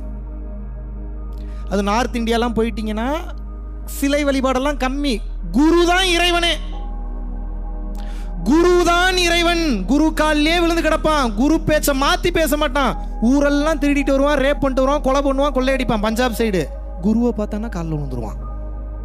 குருவே உண்மையான பக்தி. நீங்க நினைக்கிற மாதிரி பக்திலாம் இல்லை. பஞ்சாப் சைட்லாம் போய் பாருங்க, கொடூரமான பக்தி. இன்னும் நீங்க அந்த பக்தி சைடெல்லாம் நீங்க போகல. இப்போ நான் அவ்வளவு தூரம்லாம் உங்களுக்கு போகிறோம், உங்களுக்கு இன்னும் அடிப்படையே புரியல. நீங்க கொடூரமான ஆன்மீகம்லாம் எப்போ நீங்க தெரிஞ்சுக்க போறீங்க? ஒவ்வொரு நாடும் அந்த நாட்டில் இருக்கக்கூடிய மக்களும் நீங்க பார்க்கக்கூடிய செய்தித்தாள், நீங்க பார்க்கக்கூடிய செய்திகள், அலைபேசி, தொலைபேசி, தொல்லைபேசி, எல்லா பேசியும், அப்புறம் தொலைக்காட்சி மொத்தமும் சேர்ந்து உங்களை என்ன பண்ணிருக்குன்னா பணம் தான் முக்கியம் நம்ப வச்சிருச்சு. பணம் இருந்தா தான் உன்னால வாழ முடியும், இல்லை செத்து போயிடும்னு சொல்லிருச்சு. அதுக்கு ஈக்குவலா நீங்க சில எக்ஸ்பீரியன்ஸஸ் பார்த்துட்டீங்க. இப்போ இதுதான் வாழ்க்கை நினைச்சு வாழ ஆரம்பிச்சிட்டீங்க. இப்போ நான் என்ன சொல்றேன்னா, இப்போ வர்றதுக்கு எத்தனை வழி இருக்கு? கேஎல்ல இருந்து வர்றதுக்கு ரோட் ரூட் மட்டும் சொல்லுங்க. என் கேமரூன் ஐலாண்ட் சொல்லி மலை ஏறி வந்தா வர முடியாதா? வர முடியுமா? முடியாதா? ஏறணும், அதுக்கு திறமை இருக்கணும், அவ்வளவுதான். வழி இருக்கா இல்லையா? இருக்கா இல்லையா? அதுபோலதான் இந்த இறைவனை அடைவதற்கு ஏகப்பட்ட வழிகள் இருக்கு. அதுல இஸ்லாமும் கிறிஸ்தவமும் ஸ்ட்ராங்கா பிடிச்சிக்கிச்சு, இந்து மதம் மாட்டிக்கிச்சு. ஏன் மாட்டிக்கிச்சு? எல்லாரும் தன்னை முன்னிறுத்தினார்கள், இறைவனை முன்னிறுத்த தவறிவிட்டார்கள். திருவள்ளுவரை தாண்டி வள்ளலார் துப்புறாரு மூஞ்சிலேயே. அதை கடந்து வள்ளலாரும் துப்புறாரு நம்ம மூஞ்சில. எப்படி தெரியுமா துப்புறாரு? ஓவர் பில்டப் பண்ணாத, துவைதத்தில் தொடங்கினால் அத்வைதம் தானே வந்த இதுங்கிறார். அப்படின்னா என்ன அர்த்தம்? முதல்ல நான் வேற இறைவன் வேறன்னு தான் நீ பார்க்கணும். ஏன் பார்க்கணும்? நீ இன்னும் பக்குவத்துக்கு வரல. நானும் இறைவனும் ஒண்ணுன்னா இப்ப திமிரு வந்துடும், அகங்காரம் வந்துடும், ஆணவம் வந்துடும், எவனையும் மதிக்க மாட்டான். அப்ப என்னன்னா, நீ துவைதத்துல தொடங்கு, நான் வேற இறைவன் வேறன்னு பாரு. ஒரு கட்டத்திற்கு மேல் இறைவனே வந்து சொல்லுவாராம், நீ இதுக்கப்புறம் தனித்தனியா பார்க்காத ராஜா, நீயும் நானும் ஒன்றாகி விட்டோம் என்று இறைவனே வந்து சொல்லுவாராம். அது வரைக்கும் ரெண்டையும் வேற வேறையா தான் பார்க்கணும். இறைவன் வேற, நான் வேற. அப்படின்னா என்ன? அது பேரொளி, நான் வெறும் சிறு ஒளி. இந்த பேரொளியில் எல்லோரும் சென்று ஐக்கியமாவதற்காக என்னால் முடிந்த உதவிகளை இந்த உலகிற்கு நான் செய்து கொண்டு வருகிறேன். கண்ணில் பார்க்குறவங்களுக்கு நான் செய்கிறேன்னு செஞ்சுட்டீங்கன்னா வந்த வேலை முடிஞ்சுங்க. அந்த பேரொளியில் இந்த சிறு ஒளி போய் ஐக்கியமாயிரும். இந்த சிறு ஒளி எப்பயும் பேரொளி ஆகாது. இந்த சிறு ஒளி என்னாகும்? பேரொளியில் போய் ஐக்கியமாகிவிடும். இதுதான் ஜீவாத்மா, அது பரமாத்மா. பரமாத்மா என்பது பெரியது, ஜீவாத்மா என்பது சிறியது. பார்க்கிறதுக்கு தான், but effect same, power same, energy same. ஒருவன் தன்னை உணர்ந்து விட்டான் என்றால், இந்த ஆற்றலை தனக்குள் முழுமையாக உணர்ந்து விட்டான் என்றால், நினைத்து பார்க்க முடியாத மிராக்கிள்லாம் நடக்குங்க. அதுக்கப்புறம் இங்க பாருங்க, நான் மற்றவன் பேசின கதையெல்லாம் வச்சு பேசல. காந்தி அதை சொன்னார், நேரு அதை சொன்னார், அகத்தியர் அதை சொன்னார், நீங்க பண்ணுங்கலாம் சொல்ல. I am living example. நான் எங்கேயோ கேட்டு வந்தெல்லாம் பேசல. என் வாழ்க்கையில் நான் அனுபவமாக உணர்ந்ததை மட்டுமே நான் பேசுவேன். நான் அனுபவத்தில் உணராததை ஒருபோதும் பேச மாட்டேன். ஏன்னா உங்களோட நான் complicate mind, over logical mind. எனக்கு 100% தெரியும். இந்த மாதிரி நான் உட்காந்து பேசிட்டு இருக்கும்போது இங்கே என்ன மாதிரி உட்காந்து ஒருத்தர் பேசிட்டு இருப்பார். அப்போ அவர் பேசவே நான் கணக்கு எடுத்துருவேன். என்னன்னா, இங்கெல்லாம் ஒரு பொய் பேசுறாரு, இங்கெல்லாம் உண்மை பேசுறாரு, இங்கெல்லாம் நியாயத்தை பேசுறாரு, இங்கே டிவைனை பேசுறாரு, இங்கே ப்ராடக்ட் சேல் பண்றாரு, இங்கே அவரை முன்னிறுத்துறாருன்னு அவர் பேசி முடிக்கிறதுக்குள்ள நான் ஒரு ரிப்போர்ட் எடுத்துருவேன். அப்போ நான் எவ்வளோ வாட்ச் பண்ணுவேன்? நீங்கள் வாட்ச் பண்ணுறதெல்லாம் ஒன்றுமே இல்லை. உங்களுக்கு மேலே வாட்ச் பண்ணுவேன். யாராவது ஒருத்தங்க பேசுனாங்கன்னா நூக்கன் கார்னர் நோட் பண்ணுவேன். எதுக்கு அந்த வார்த்தை வருது, எங்கேருந்து வருது, அவருடைய மனநிலை எப்படி செயல்படுது, அவருடைய ஃபேமிலியோட பேக்ரவுண்ட்னால இது எல்லாத்தையும் கால்குலேட் பண்ணுவேன். ஏன் அப்படின்னா, அப்போ தான் அவங்களுடைய நோக்கம் புரிஞ்சுக்க முடியும். இது ஏன் சொல்ல வரேன்னா, உங்களுக்கு மேலே எல்லா கால்குலேஷனையும் போட்டு பார்த்து தெரிஞ்சு புரிஞ்சு உணர்ந்ததனால்தான் மட்டும்தான் சொல்கிறேன். எல்லாரையும் ஃபாலோ பண்ணாதீங்க, பைத்தியம் பிடிச்சிரும். நான் என்னை தான் ஃபாலோ பண்ணுன்னு சொல்ல, யாரோ ஒருத்தரை ஃபாலோ பண்ணுங்க. வாழ்ந்தாலும் உன்னோடு தான், செத்தாலும் உன்னோடு தான். அவருடைய டீச்சிங்ஸையே ஃபாலோ பண்ணுங்க. கடை சரியும் போனீங்கன்னா தப்பிச்சிருங்க. 10 இடத்துக்கு போறது தப்பு இல்லை, குழம்பாம இருக்கணும். குழம்பாம இருந்துட்டீங்கன்னா நீங்க 1,00,000 இடத்துக்கு கூட போங்க, பிரச்சனையே கிடையாது. குழம்பிட்டீங்கன்னா என்ன பண்ணுவீங்க? ஆன்மீகம் என்பது குழம்பி குழம்பி தெளிய வைப்பது தான். நான் தான் இருக்கிறதுலே பெரிய லெவலில் குழப்பம். கூட இருக்கிறவங்களுக்கு நல்லா தெரியும். நீ 100 இடத்துல போய் மொத்தமாக குழம்புனீங்கன்னா என்ன ஆவீங்க?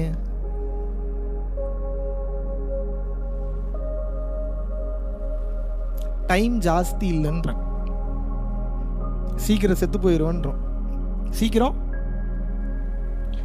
நேரம் அதிகமாக இல்லை, சீக்கிரம் இறந்து விடுவோம். உங்க அப்பா, உங்க அம்மா, பொண்டாட்டி, புருஷன் யாரும் நீங்க செத்து போனதுக்கு அப்புறம் உங்களுக்கு ஹெல்ப் பண்ண முடியாது. செத்ததுக்கு அப்புறம் என்னடா ஹெல்ப் பண்ணணும்னு கேட்காதீங்க. அதுக்கப்புறம் தான் பெரிய வேலை இருக்கு. The life after the life, the life after the death. அந்த வாழ்க்கையை பத்தி உங்களுக்கு என்ன தெரியும்? எங்க கத்துட்டு இருக்கீங்க?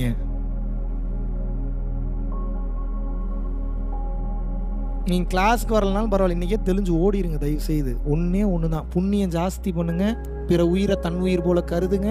இல்லாட்டினால தப்பிக்கவே முடியாது, சான்ஸே கிடையாது. ரொம்ப கொடூரமா போயிட்டு இருக்கு. இதுக்கப்புறம் கலியுகம், அழியக்கூடிய காலம்லாம் வந்துருச்சு. எப்ப எங்க வெடிக்கும், எப்ப எது காணாம போகும். இந்தியாவில் இன்னும் பல இடங்கள் பாதிக்கப்படும். தமிழ்நாட்டில் சென்னை பெரிய லெவலில் பாதிக்கப்படும். பல மலைகள் குடைந்து எடுக்கப்பட்ட காரணத்தினால இந்தியாவில் அழிவுகள் ஏற்படும். உலகத்தில் பல நாடுகளில் இப்போ அழிவு ஏற்பட்டு இருக்கு. ஜப்பானில் நிலநடுக்கம், சுனாமியே வந்துருச்சு தெரியுமா? ஜப்பானில் இன்று சுனாமி. நல்ல வேலை பெரிய லெவல் சுனாமி இல்லை, கொஞ்ச நேரம் வந்து சில பேரை காலி பண்ணிட்டு உள்ள போயிருச்சு. இது எப்போ மாறும்னு தெரியல. ஃபர்ஸ்ட் சுனாமி 6.something, செகண்ட் அந்த ஒரு நிலநடுக்கம் வந்தப்போ 7.1 ரிக்டர் அளவு. எத்தனை? The biggest. அங்கங்க கலவரம் வெடிக்குது. பங்களாதேஷ் PM மாறிட்டாங்க, தெரியுமா தெரியாதா? இந்தியாவில் வந்து அடைக்கலம் கேட்டிருக்காங்க. புரட்சி வெடிச்சிருக்கு, மொத்த பேரும் அடிச்சு கொன்றும் போயிருந்தோடனே ஃப்ளைட்ல ஏறி முதல்ல லண்டன்ல அனுமதி கேட்டாங்க, கொடுக்கல. யாருக்கு இந்த நிலைமை? அந்த நாட்டை இத்தனை வருடம் ஆட்சி செய்து கொண்டிருந்த அந்த பிரதமருக்கு அந்த பிரச்சனை. அப்புறம் அமெரிக்கா போறேன்றாங்க, மறுத்துட்டாங்க. அதுக்கப்புறம் இந்த அம்மா முன்னாடியே ஒரு டைம் இந்த மாதிரி வந்து அடைக்கலுக்கு வந்திருக்கு. இந்தியா ஒன்றும் புதிய நாடு ஒன்றும் கிடையாது, புதுசாக அடைக்கலம் கொடுக்குற. யார் வந்தாலும் நம்ம வந்தவரை வாழ வைக்கும் நாடாச்சு. அப்புறம் அவங்க வந்தோடனே இப்போ அங்கே தான் இருக்காங்க. அவங்களுக்கு அதுதான் நிலைமை. பெரிய பெரிய ஆளுங்க இன்னைக்கு நாட்டை விட்டு போயிட்டு இருக்காங்க. ஒவ்வொரு நாடும் சூறையாடப்படுகிறது, வளங்கள் சூறையாடப்படுகிறது, பல பிரச்சனைகள் வரப்போகுது. நாளைக்கு நீங்கள் சாப்பிட்ற சாப்பாடு உங்கள் தட்டுக்கு வருமானு தெரியாது, ஹெல்த்தியாக வருமானு தெரியாது, நீங்கள் போடுறதுக்கு ட்ரெஸ் இருக்குமான்னு தெரியாது. நான் எப்போ நம்புறதுன்னு கேட்காதீங்க. பூரா பேர் கிட்டத்தட்ட ஒரு வருஷத்துக்கு மேலே வீட்டுக்குள்ளே தானே இருந்தீங்க. எப்போ இருந்தீங்க வீட்டுக்குள்ளே? என்னைக்காவது கனவு கண்டிருப்பீங்களா நடந்திருக்கும் இப்படி இப்படி நடக்கும்னு? உட்கார வச்சானா இல்லையா? எவ்வளோ நாள் வீட்டுக்குள்ளே இருந்தீங்க? Literally around 1 year. உங்க வாழ்க்கையில கனவு கண்டிருப்பீங்களா? உங்க வாழ்க்கையில கனவு கண்டிருப்பீங்களா நான் வீட்டில் தான் உட்காருவேன், 1 வருஷம் ஒரு வேலைக்கும் போகாம வீட்லயே உட்காருவேன், விமானம் ஓடாது, வண்டி ஓடாது, உன் வண்டி எடுக்க முடியாது, பெட்ரோல் பங்க் கிடையாது, மளிகை கடை கிடையாது, சாப்பாடு கிடையாது, எதுவும் கிடையாது. நடந்ததா இல்லையா? இதை பத்தி எதிர்பார்த்தீங்களா? எங்க அப்பா நம்மாழ்வார் எதிர்பார்த்தார், அன்னைக்கே எழுதிட்டார்.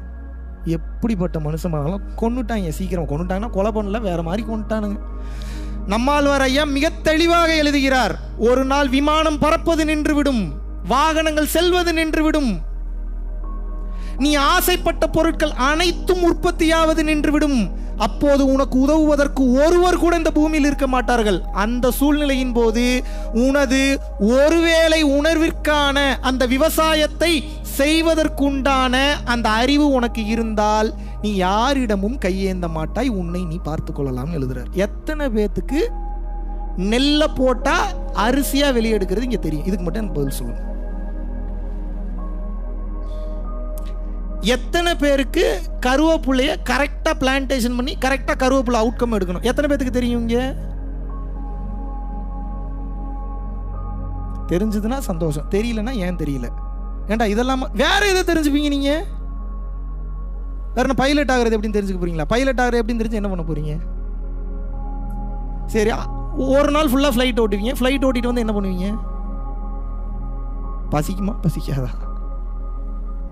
நின்றுச்சா நிற்கலையா? இப்போ நான் எதாவது நடக்காத பேசுகிறேண்ணா, எங்க இப்படிலாம் ஒரு நாள் மொத்த பேரும் நீங்கள் வீட்டுக்குள்ளே தான் போய் உட்கார போகிறீங்க, எல்லாமே மூடிடுவாங்க, அதனால் கவனமாக இருங்க. நான் நடக்காத பேசுனா நடந்துருச்சு.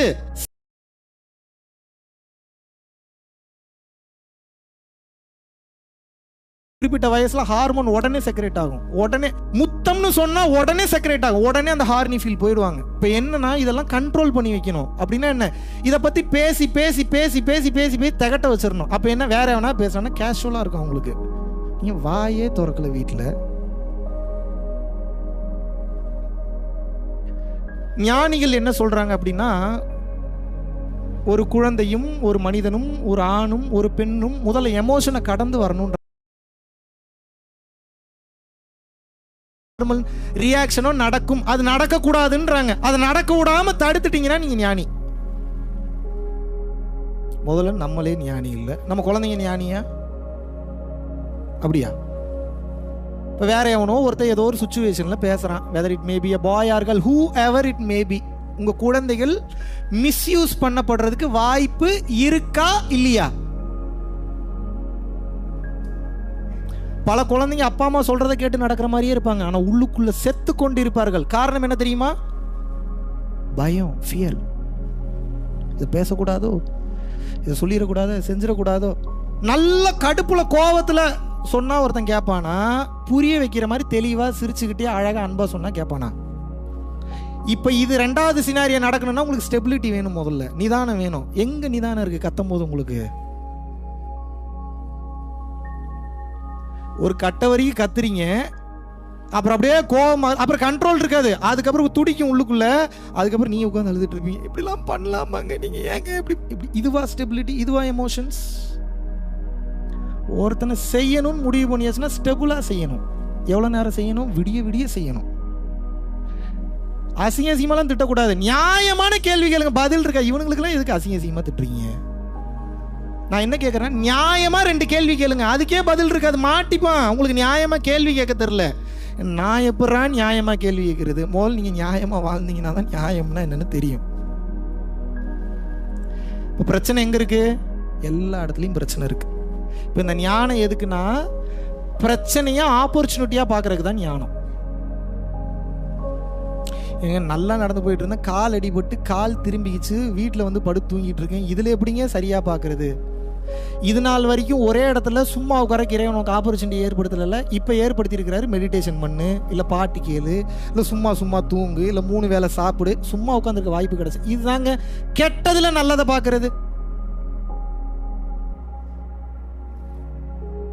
என்னங்க எனக்கு வர வேண்டிய வேலை அவர் தட்டி பறிச்சுட்டு போயிட்டாரு, உன்னால அந்த குடும்பம் நல்லா இருக்குல்ல, இறைவன் எப்பேற்பட்ட தர்மம் பண்றதுக்கு ஆப்பர்ச்சுனிட்டி கொடுத்துருக்காரு, உனக்கு வேற வேலை வரும், வெயிட் பண்ணி இறைவனை நம்ப. இதுதானே புரிதல், இதான பக்குவம், இதான பாசிட்டிவிட்டி. இதை எங்க போய் கத்துக்கணும்? சிம்பிளான புரிதல், எல்லாத்தையும் பாசிட்டிவா பார்க்கணும். இது வராது. ஏன் வராதுன்னா, இவ்வளவு நாள் நீங்கள் வாழ்ந்த வாழ்க்கை முறை முழுதுமாக உங்களை தடுத்து நிப்பாட்டும். இதுக்குதான் சத் சங்கம், சத்தியத்தை பற்றி பேசக்கூடிய சங்கம் என்பதனால் இதற்கு பெயர் என்ன? சத் சங்கம். மகாவிஷ்ணு இல்ல, எனக்கு ஒரு சத்தியம் நீங்க பண்ணி கொடுங்க. உலகத்துல இருந்து யாரு மலேசியாவுக்கு வந்து சத் சங்கம்னு பேமெண்ட் வாங்கினாலும் சரி, ஃப்ரீயா பண்ணாலும் சரி, you should give your 100% presence there. சத்தியம் பண்ணுங்க. சத்தியம். ஏன்? கிளப் அத்தனை கிளப் இருக்கு, பார் அத்தனை பார் இருக்கு. தேவையில்லாத நெகட்டிவான விஷயங்கள் இந்த உலகத்துல தெருவில் அத்தனை நடந்துட்டு இருக்கு, உலகம் ஃபுல்லா நடந்துட்டு இருக்கு. இந்த செகண்ட் இறை சிந்தனையை, இறைவனை பற்றி, இறைவன் அவசியம், இறைவன்கிட்ட பேசணும் பேசுறதுக்கு இங்க எத்தனை சென்டர் இருக்கு சொல்லுங்க, பதில் சொல்லுங்க. அப்ப அதை பத்தி பேசுறதுக்கு ஒருத்தன் செலவு பண்ணி நேரத்தை போட்டு டிக்கெட் எடுத்து விசாவை போட்டு வந்து உட்காந்து பேசுறான்னா யார் நல்லதுக்கு பேசுறான்? நான் என்ன மட்டும் சொல்ல, என்ன மாதிரி யாரு வந்தாலும் சொல்றேன், அவனுக்கு முதல்ல ரெஸ்பெக்ட் பண்ணணும். ஏன் ரெஸ்பெக்ட் பண்ணணும்? அவன் உங்களை ரெஸ்பெக்ட் பண்றான், நீங்க நல்லா இருக்கணும்னு நினைக்கிறான், உங்க குடும்பம் நல்லா இருக்கணும்னு நினைக்கிறான், உங்களோட மனைவி நல்லா இருக்கணும்னு நினைக்கிறான், உங்க கணவன் நல்லா இருக்கணும்னு நினைக்கிறான், உங்களோட நண்பர்கள் நல்லா இருக்கணும்னு நினைக்கிறான், இந்த நாடே நல்லா இருக்கணும்னு நினைக்கிறான், இந்த நாடு முழுவதும் மழை பெய்ய வேண்டும் என்று நினைக்கிறான், நீங்கள் அனைவரும் பிறவி இல்லாத பெருவாழ்வுக்கு போகணும்னு நினைக்கிறான். இவனை விட உலகத்துல நல்லவன் வேற எங்க போய் உட்காந்து உங்க டைம் ஸ்பெண்ட் பண்ண போறீங்க? உங்களுக்காக வந்தவனுக்கு ஒரு ரெஸ்பெக்ட் கொடுக்க தெரியல, உங்களுக்கு நல்லது பண்ண வந்தவனுக்கு ஒரு ரிசப்ஷன் கொடுக்க தெரியல, உங்களுக்கு ஒரு வரவேற்பு கொடுக்க தெரியல. நீங்க என்ன அவ்வளவு பெரிய நல்லவன்? ஏங்க என்ன வரவேற்றுட்டீங்கன்னா என்னைய சொல்ல, என்னைய விட்டுருங்க. சத்தியத்தை பற்றி யார் பேச வந்தாலும் அவனுக்கு முழு மரியாதையும் முழு உரிமையும் கொடுத்து அவனை தாங்கி வரவேற்று பேசுடான்னு சொல்லி அழகு பார்க்கணும். அது உங்கள் கடமை. ஏங்க அதுக்கப்புறம் தப்பு பண்ணிட்டா அப்புறம் தூக்கி போட்டு மீதிங்க, அது வேற. இப்ப மரியாதை கொடுங்க. புரியுதா நான் சொல்றது? நான் ஏங்க அப்ப ஏதாவது அதை ஏங்க இப்ப யோசிக்கிறீங்க? கரும ஏங்க அதை யோசிச்சு தொலைறீங்க? பாசிட்டிவா தான் யோசிங்களேன். ஒரு 1,00,000 பேர் சேர்ந்து அவன் அப்படிலாம் பண்ண மாட்டான், அவன் நல்லா தான் இருப்பான்னு நினைச்சீங்கன்னா தப்பா பண்ற எண்ணம் இருக்கிறவங்க கூட நல்லவனா மாறிடுவான். தெரியுமா உங்களுக்கு? ஒய்? 1,00,000 பேரோட எண்ணம் அவன் நல்லா இருக்கணும், ஒரு பிரச்சனையும் வந்துடக்கூடாது, எதுலையும் சிக்கிடக்கூடாது. இப்படி இருக்கும்போது ஒரே ஒருத்தனை மட்டும் நான் ஒரு வீணா போனவன், நான் ஒரு பிச்சைக்காரன், நான் எதுக்கும் வேலைக்கு ஆக மாட்டேன். இப்போ எது வேலை? இவன் நினைக்கிறது நடக்குமா? 1,00,000 பேர் சேர்ந்து நினைக்கிறது நடக்குமா? இப்படி உங்களோட ஆசைகளை நிறைவேற்றுறதுக்காக நீங்க மற்றவனை பயன்படுத்த தெரிஞ்சுக்கணும். அப்படின்னா என்ன? சிம்பிளா வெளிப்படையான ஓப்பன் சீக்ரெட் சொல்லித்தரேன். எல்லாரும் நீங்க நல்லா இருக்கணும்னு நினைக்கணும். எங்கேயோ போயிருவீங்க. எப்போ உங்களை எல்லாரும் நல்லா இருக்கணும்னு நினைப்பான்? உங்களால ஒருத்தன் சந்தோஷப்பட்டான்னா நன்றி சொல்வான். உங்களால ஒருத்தன் பெருந்தன்மையான ஃபீல் அடைஞ்சான்னா உங்க காலிலேயே உளுந்துருவான். அவன் நினைச்சு பார்க்க முடியாத அளவுக்கு அவன் வாழ்க்கையே மாத்திட்டீங்கன்னா உங்க கடவுளாவே பார்த்துருவான். ஆனா இந்த அகங்காரம் உங்களுக்கு வந்துடக்கூடாது. இப்படி இந்த உலகத்தில் வாழக்கூடிய நாய், குதிரை, பன்றி, கழுதை, மனிதன், 84 லட்சம் உயிரினங்கள் இருக்கு இல்லையா? இறைவன் படைத்த 84 lakhs of species in this world, in this universe. இந்த 84 லட்சம் உயிரினங்கள்ல எந்த உயிரினமா வேணா இருக்கட்டும், அந்த உயிரினம், இப்போ உங்க பேரு கமல்னு வச்சுங்க, கமல் இன்னைக்கு ஒரு இது பண்ணிட்டு போயிட்டான், ச்சே அவன் சூப்பர்ரா அப்படின்னு அந்த உயிர் மனம் குளிர்ந்தது என்றால் எழுதி வச்சுக்கங்க, நீங்கள் இறைவனின் அருளை சேர்த்து கொண்டே இருக்கிறீர்கள் என்று அர்த்தம். இப்படித்தான் சேர்க்கணும் அருள். அறிவை விரிவுசை அகண்டமாக்கு, விசால பார்வையால் விழுங்கு மக்களை. அறிவை விரிவுசை அகண்டமாக்கு, விசால பார்வையால் விழுங்கு மக்களை. அப்படின்னா என்ன? சின்ன சின்னதா பார்க்காதடா, சுயநலமா பார்க்காத. பியூட்டிஃபுல்லான உடம்பு, இதுக்குள்ள அழகான அறிவு இருக்கு, அழகான ஆன்மா இருக்கு, இதை எப்படி வேணாலும் பயன்படுத்தலாம். யானை எப்பேற்பட்ட ஒரு ஆற்றல் மிக்க ஒரு விலங்கு. கோவிலில் பிச்சை எடுக்க விட்டுட்டு இருக்கிறானுங்க, 1 ரூபா 2 ரூபா கொடுத்து, வாங்கு அதை வாங்கு இதை வாங்க. ஏன்டா யானை எதுக்கு பயன்படுத்தணும்? நீ எதுக்கு பயன்படுத்திட்டு இருக்கிற? இப்ப நான் என்ன கேட்கிறேன்? குருடன் கையில் தங்க கட்டி இறைவன் கொடுத்து விட்டான். யார் அந்த குருடன்? இங்க உட்கார்ந்துட்டு இருக்க 300 பேரும் குருடன் தான். இது எப்போ தங்க கட்டின்னு உங்களுக்கு தெரியும்னா, இருள் விலகும் போது ஒளி வரும், ஒளி வரும்போது தங்கம் தெரிஞ்சிடும், தங்கத்தோட வேல்யூவும் தெரிஞ்சிடும். இப்போ என் கையில் தங்கம் இல்லையேங்க, தங்கம்லாம் இல்லை. நீ எத்தனை கிலோ வெயிட்டு? இந்த 90 கிலோ இருப்பீங்களா? 50, 60, ஆவரேஜாக ஒரு 70 வச்சுக்கலாமா? உங்களுக்கு வேணாம், எனக்கு வேணாம், ஒரு 65 கிலோ வச்சுப்போம். 65. நீங்கள் 65 கிலோ தங்கம். நீங்கள் தங்கம் கையில் இல்லையேன்னு சொல்லாதீங்க. நீங்கள் எத்தனை கிலோ தங்கம்? 65 kgs of gold, 65 kgs of diamonds, 65 kgs of platinum, 65 kgs of mercury, 65 kgs of everything. அப்படின்னா என்ன? உங்களுக்குள்ள இல்லாததே இல்லைன்னு அர்த்தம். இப்போ உள்ளுக்குள்ள இருந்து எப்படிங்க நான் அப்படி கக்குனா வாந்தி வரக்கூடாது, லிங்கம் அதுக்கு ப்ராக்டிஸ் பண்ணக்கூடாது. நீங்க எடுத்தா வாந்தி தான் வரும். நீங்க லிங்கம் எடுத்து என்ன பண்ண போறீங்க? நீங்க எனக்கு பதில் சொல்லுங்க. நீங்க ஊரை ஏமாத்தணும். இப்போ லிங்கம் எடுத்தா எப்படியும் 100-200 பேர் கூடுவான். சரி, இப்போ அடுத்து அவனுக்கு நீ ஞானம்னா என்னன்னு சொல்லி கொடுப்பீங்களா? இப்போ ஞானம்னா என்னன்னு சொல்லி கொடுக்குறீங்க, அதெல்லாம் விட்டுருவான். அது சொல்லுங்க அப்படிமா கேட்பானா மாட்டானா? இப்போ லிங்கம் எடுத்து காமிச்சிடலாமா? லிங்கம் எப்படி வரும்னு பார்த்துடலாமா? நான் இப்போ என்ன கேட்குறேன், முன்ன பின்ன லிங்கத்தை நீங்கள் பார்த்ததே இல்லையா? உங்கள் அறிவு இவ்வளோதான். ஏன்டா ஓ வாய்க்குள்ள இருந்து எச்சையிலிருந்து வரக்கூடிய லிங்கத்தை நான் ஏன்டா கையில் வாங்கணும்? கரெக்டு தானே? தேவைன்னா சிவபெருமான் கோயில் இருக்குது, அங்கே போய் லிங்கத்தை பார்க்க போகிறேன். இல்லை உள்ளுக்குள்ளே என்னோட பீனியல் கிளாண்டே லிங்கத்தின் வடிவில் இருக்குது, அதை பார்க்க போகிறேன். உண்மையான லிங்கத்தை பார்க்குறது அதை பார்க்குறது தான். அதை விட்டுட்டு வெளியில் இருக்கிற லிங்கத்தை பூரா பார்த்துட்டுருக்கேன். இப்போ நான் என்ன கேட்குறேன் அப்படின்னா, ஆற்றலில் உங்கள் கவனம் செல்லும் போது அர்ப்பணிப்பிலும் பணிவிலும் தன்னடக்கத்திலும் எப்படி உங்கள் மைண்டு லயமாகும்? பார்க்குறது பூரா மேஜிக் பார்த்து இம்ப்ரெஸ் ஆகிட்டீங்க. வாங்க பணிவாக இருங்க, தன்னடக்கமாக யாராக வருவீங்க. ஆனால் பிரச்சனையே அங்கே தான். இப்போ இதுக்கு வரல அப்படின்னா அது கிடைச்சாலும் நீங்கள் அழிஞ்சிருவீங்க. இதெல்லாம் கிடைச்சிருச்சுன்னா அது கிடைக்கலனாலும் ஆஹா ஓஹோன்னு வாழ்வீங்க. எப்படி வசதி? எதை நீ தேடிக்கொண்டிருக்கிறாயோ முட்டா பயலே, லூசு பயலே, கிறுக்கு பயலே, அது வேற எதுவும் இல்லை, அது நீதான். அது யாரு?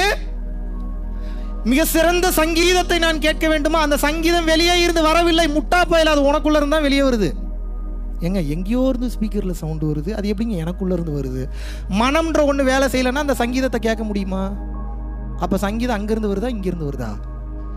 இதை சொன்னா நம்மளை கிறுக்கு பையன்றாங்க.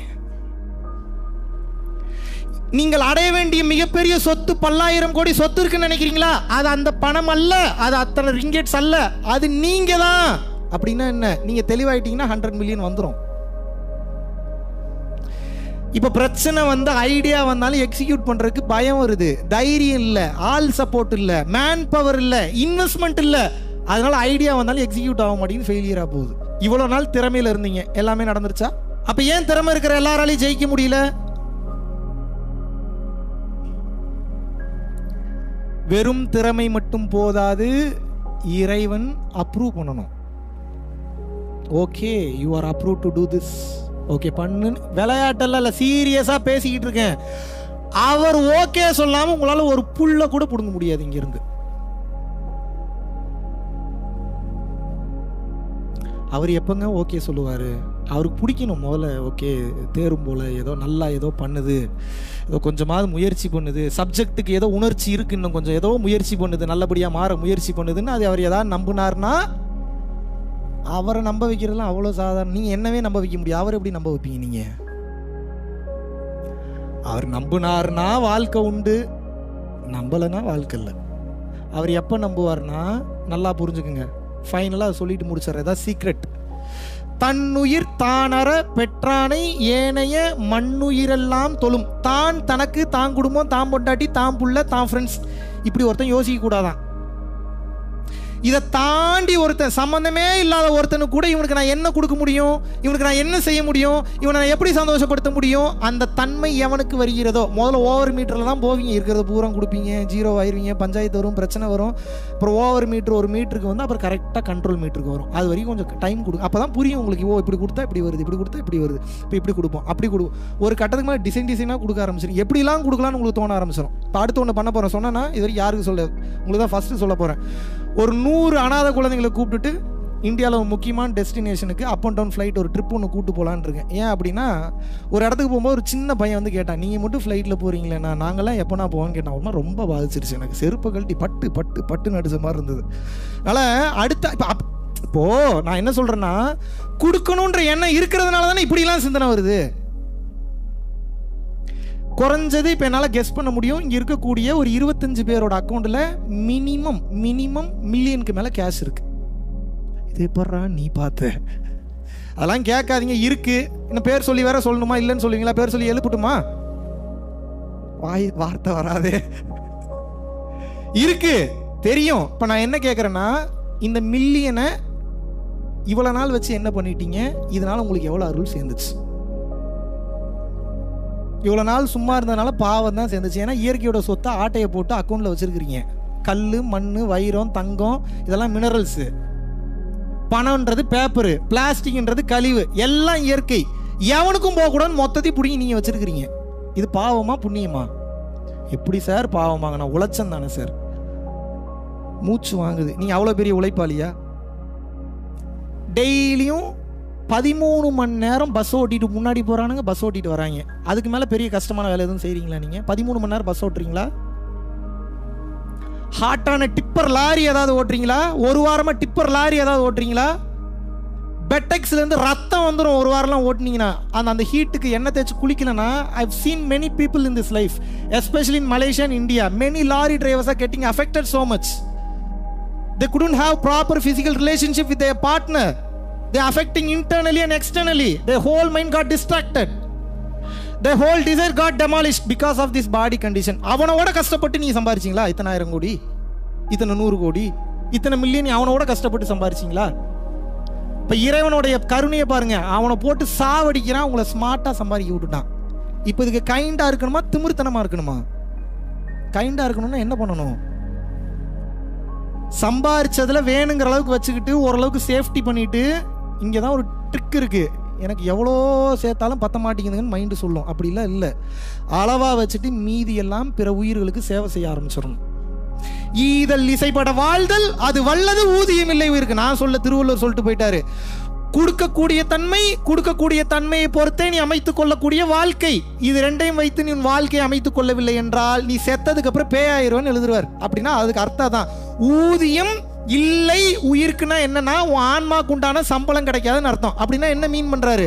செத்து போனா ஆவியா திரிவை இறைவன் கிட்ட போக மாட்டேங்கிறார். இதுக்கு மேலே உங்களுக்கு என்னத்தை தான் சொல்ற? எல்லாத்தையும் சொல்லிட்டேன், எல்லாத்தையும் சொல்லியாச்சு. நீ கொடுக்கறது தான் பேலன்ஸ். மெடிடேஷன் கூட பண்ண மாட்டீங்க, புரிஞ்சுங்க. மொத்த சீக்கிரட்டு தான தர்மத்தில் தான் இருக்கு. தொடர்ச்சியாக தான தர்மம் எவன் ஒருவன் செய்து கொண்டே வருகிறானோ அவன் வாசி யோகம் செய்ய தேவையில்லை, வாசியை நிறுத்த தேவையில்லை, வாசியை நிகழ்த்த தேவையில்லை, வாசியை பிடிக்க தேவையில்லை. இறைவன், நீ எந்த இறைவனை விரும்புறீங்களோ அந்த இறைவன் அந்த ரூபத்தில் அவரே இறங்கி வந்து வாசியை நடத்தி கொடுப்பார். இதுக்கு மேலே உங்களுக்கு என்னத்தை தான் சொல்லணும்? நான் எல்லாத்தையும் சொல்லியாச்சு.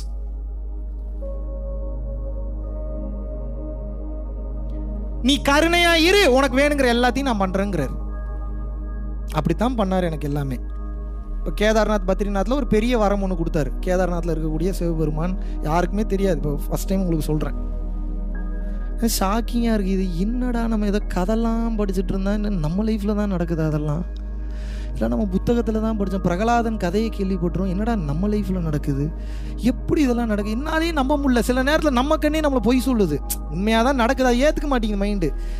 நம்ம ஒரு சாதாரண ஒரு கேவலமான பிறவி, நமக்கு எப்படி இதெல்லாம் நடக்குது? பார்த்ததனால் தான் சொல்கிறேன், இறுக்கமாக பிடித்துக் கொள்ளுங்கள். நீங்கள் மறுபடியும் கிளாஸ்க்கு வரலனாலும் பரவாயில்ல, ₹1 எங்கள் ஃபவுண்டேஷனுக்கு செலவு பண்ணலனாலும் பரவாயில்ல, எஸ்கேப் ஆயிருங்க.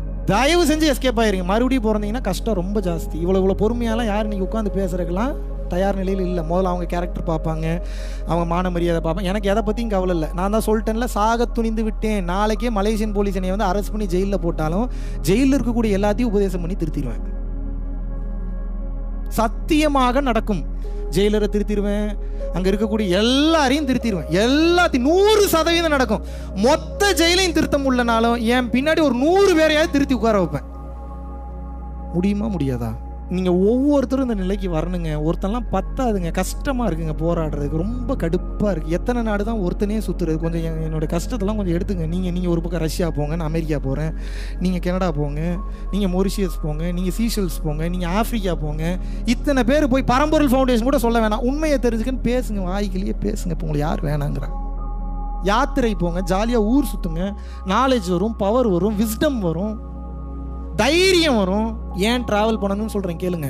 ஏர்போர்ட்டுக்கு ரெகுலரா போறவன் ஏர்போர்ட்டை எப்படி பார்ப்பான்? கேஷுவலாக போவான், டக்குன்னு போவான், செக்இன் பண்ணுவான், அதை பண்ணுவான், பேக்கேஜ் டேகை ஒட்டுவான், தூக்கி செக்இன் பேக்கில் போட்டு செக்யூரிட்டி செக்கை கிளியர் பண்ணிட்டு, டொமஸ்டிக்காக இருந்தால் அப்படியே ஃப்ளைட் ஏறுவான், கேட் நம்பரில் போய், அப்படி இல்லாட்டினா இமிகிரேஷன் கிளியர் பண்ணிட்டு கேட் ஏறி ஃப்ளைட் பண்ணி போகிறான். ஐ ரைட் ஆர் ராங்? புதுசாக போகிறவனுக்கு எப்படி இருக்கும்? இப்போ இவனுடைய வேகம் இருக்குமா கம்மியாக இருக்குமா? டெட் ஸ்லோவாக போவான், பதறிக்கிட்டே போவான். முதல்ல ஏர்போர்ட்டை பார்த்தாலே பயந்துருவான். என்னடா இவ்வளோ பெரிய ஏர்போர்ட்டு, எதுக்குள்ளே போய் அப்புறம் உள்ளே போவான். ஒவ்வொருத்தையும் ஒவ்வொரு மாதிரி நடந்து வருவாங்க. ஒருத்தர் இப்படி நடந்து வருவா, ஒருத்தர் ட்ராலி நடந்து வருவா, ஒருத்தங்க சாரி கட்டிட்டு வருவாங்க. இதை பார்த்தா இன்னும் பாதி டர் ஆயிடுவான். இது ஏதோ வேற உலகத்துக்கு ஏதோ வந்துட்டோம் போல நம்ம அப்படின்னு.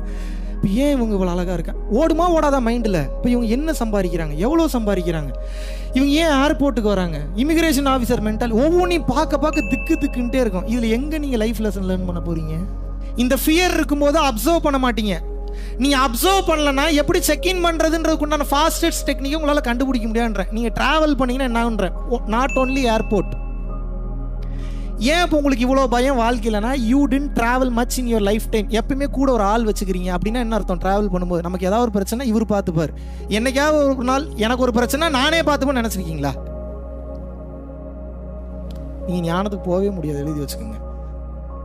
சாபம்லாம் உள்ளதுதான் உண்மை. பிரம்மாண்டமாக ஒரு விஷயத்தை பார்க்கும்போது உங்கள் கான்சியஸ் கட்டாயிரும். கான்சியஸ் கட்டாயிருச்சுன்னா நல்லது எது கெட்டது எதுன்னு சிந்தனை செய்யக்கூடிய தன்மையை இழந்துருவீங்க. உங்களை நீங்கள் எப்படி இந்த உலகத்துக்கு காமிச்சுக்க போறீங்க? அதான் கேள்வி. எப்படி காமிச்சுக்க போறீங்க? கெத்தாவும் காட்டக்கூடாது, பணியாவும் காட்டக்கூடாது, தன்னடக்கமாகவும் காட்டக்கூடாது, இயல்பாக காட்டணுங்க. புரிஞ்சுக்க. இனிமேல் உங்களை எப்படி காட்டிக்கணும்? கேஷுவலாக இருங்க. எப்போ நீங்கள் பிரம்மாண்டத்தை பார்த்து பயப்படுறதை குறைக்கிறீங்களோ அப்போ தான் உங்களுக்கு ஞானம் வரும். இல்லாட்டினா எந்த வேலையும் செய்கிறதுக்கு முன்னாடி பயம் வந்துடும்.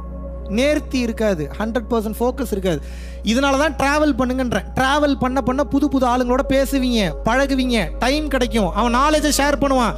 சோத்துக்கு வழி இல்லாமல் 2 நாள் படுத்திருப்பீங்க, அப்போ தான் தெரியும் 2 நாள் சோறு இல்லாமல் படுத்தா உயிர் போகாது போலன்ற தைரியமே அப்போ தான் வரும். தண்ணி இல்லாமல் 4 நாள் படுத்திருப்பீங்க, தண்ணி குடிக்கலனாலும் உயிரோடு இருக்கலான்ற தைரியம் அப்போ தான் வரும். படுக்கிற இடம் எல்லாம் சுற்றிட்டு இருப்பீங்க, புது ஃப்ரெண்ட்ஷிப் கிடைக்கும். அந்த ஃப்ரெண்ட்ஷிப் மூலிமா ஒரு ஓரத்தில் கூட படுத்து நம்ம தூங்கிக்கலாம், இப்படியும் நல்லவங்க இருக்காங்க போலன்னு தெரிய வரும். இந்த யாத்திரை மேற்கொள்ளும் போது இந்த யாத்திரை உங்களுக்கு பெரிய அனுபவத்தை கொடுத்து விடும், ஞானத்தை கொடுத்து விடும், சக்தியையும் கொடுத்து விடும். அது எப்படா சக்தியை கொடுக்கும் சொல்லிடலாமா? பெருசெல்லாம் பார்த்து பிரம்மாண்டம் குறைஞ்சோன்னே எந்த பெருசுமே பெருசாக தெரியாது. அப்படின்னா என்னன்னா, எந்த இடத்துக்கு போனாலும் ஃபுல் கான்ஃபிடென்ட்டோட போவீங்க. ஃபுல் கான்ஃபிடென்ட்டோட போனீங்கன்னா 100% ஃபோக்கஸ் உங்களால் எல்லாத்துலேயும் பண்ண முடியும். 100% ஃபோக்கஸோட எந்த வேலையை பண்ணிங்கனாலும் இறைவன் தான் அந்த வேலையை செய்வார், நீங்கள் செய்ய மாட்டீங்க. அப்படின்னா என்ன? there is no distractions, there are no hindrance. That is the reason your mind is traveling very freely to reach the destination, which means this is exactly called manifestation. ஒன்று அடையணும்னா முதல்ல மைண்டு போகக்கூடிய பாதையை ஃப்ரீ பண்ணணும். அப்போ தான் சீக்கிரம் போகும், சீக்கிரம் வரும். உங்கள் அனைவரும் இந்த நேரத்திலே இந்த அற்புதமான சத்சங்கத்தில் சந்திப்பதில் மிகவும் ஆனந்தப்படுகிறேன், மகிழ்ச்சி அடைகிறேன். நீங்கள் அனைவரும் உங்கள் வாழ்வில் இந்த நொடி முதல், இந்த சத்சங்கம் முதல் எத்தனை கர்ம வினைகள் இருந்தாலும் அது அனைத்தையும் அளிக்கப்பெற்று நீலாயுள், நிறை செல்வம், வான் புகழ், நற்பேறு, நன்னிலம், நன்மக்கள் பெற்று மெய்ஞானம் ஓங்கி அன்பு அதிகரித்து அகந்தை குறைந்து அருட்பெரும் ஜோதியாரின் காட்சி கிடைக்கப்பெற்று எல்லாம் அல்ல பரம்பொருளாகிய இறைவனின் பரிபூர்ண அருளாசிகள் கிடைக்கப்பெற்று ரிஷிகள், மகான்கள், முனிவர்கள் அனைவரின் அருளினாலும் அருட்சக்திகள் அருளினாலும் இந்த உலகத்தில் வாழக்கூடிய அனைத்து உயிரினங்களுடைய பெரும் தயவினாலும் நீங்கள் அனைவரும் இந்த பிறவிலேயே பிறவில்லா பெருவாழ்வை அடைய வேண்டுகிறேன். குருவின் பரிபூர்ண அருளாசிகள். குரு கடாட்சம்.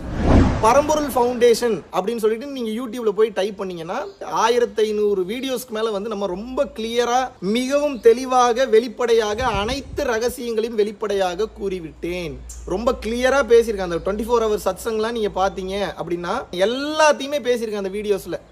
சாப்பாடு இல்லாம, தண்ணி இல்லாம கிளியரா கண்டினியூவா காலையில இருந்து நைட் வரைக்கும் பேசியிருக்கேன். நீங்க பாத்தீங்கன்னா தெரியும். அது போக ஏகப்பட்ட வீடியோஸ்ல ரொம்ப பிராக்டிக்கலா பல விஷயங்களை வந்து ஷேர் பண்ணியிருக்கேன். வாழ்க்கையில ஏதாவது மாற்றத்தை நீங்க மாறணும், இல்லை உங்கள் லைஃப்பில் மாற்றிக்கணும்னு நீங்கள் நினச்சிங்கன்னா ஒன்று உங்கள் குழந்தைய பார்க்க வைங்க, இல்லைன்னா நீங்கள் பாருங்கள். உங்கள் குழந்தைகளுக்கு தான் யார் என்பதை உணர வைங்க. தவறான பாதையில் 100% செல்ல மாட்டார்கள். அப்படியே சென்றாலும் தவறை உணர்ந்து அழுது வருது திருந்தி மீண்டும் சரியான பாதையில் பயணிக்க ஆரம்பித்து விடுவார்கள். நன்றி, வணக்கம்.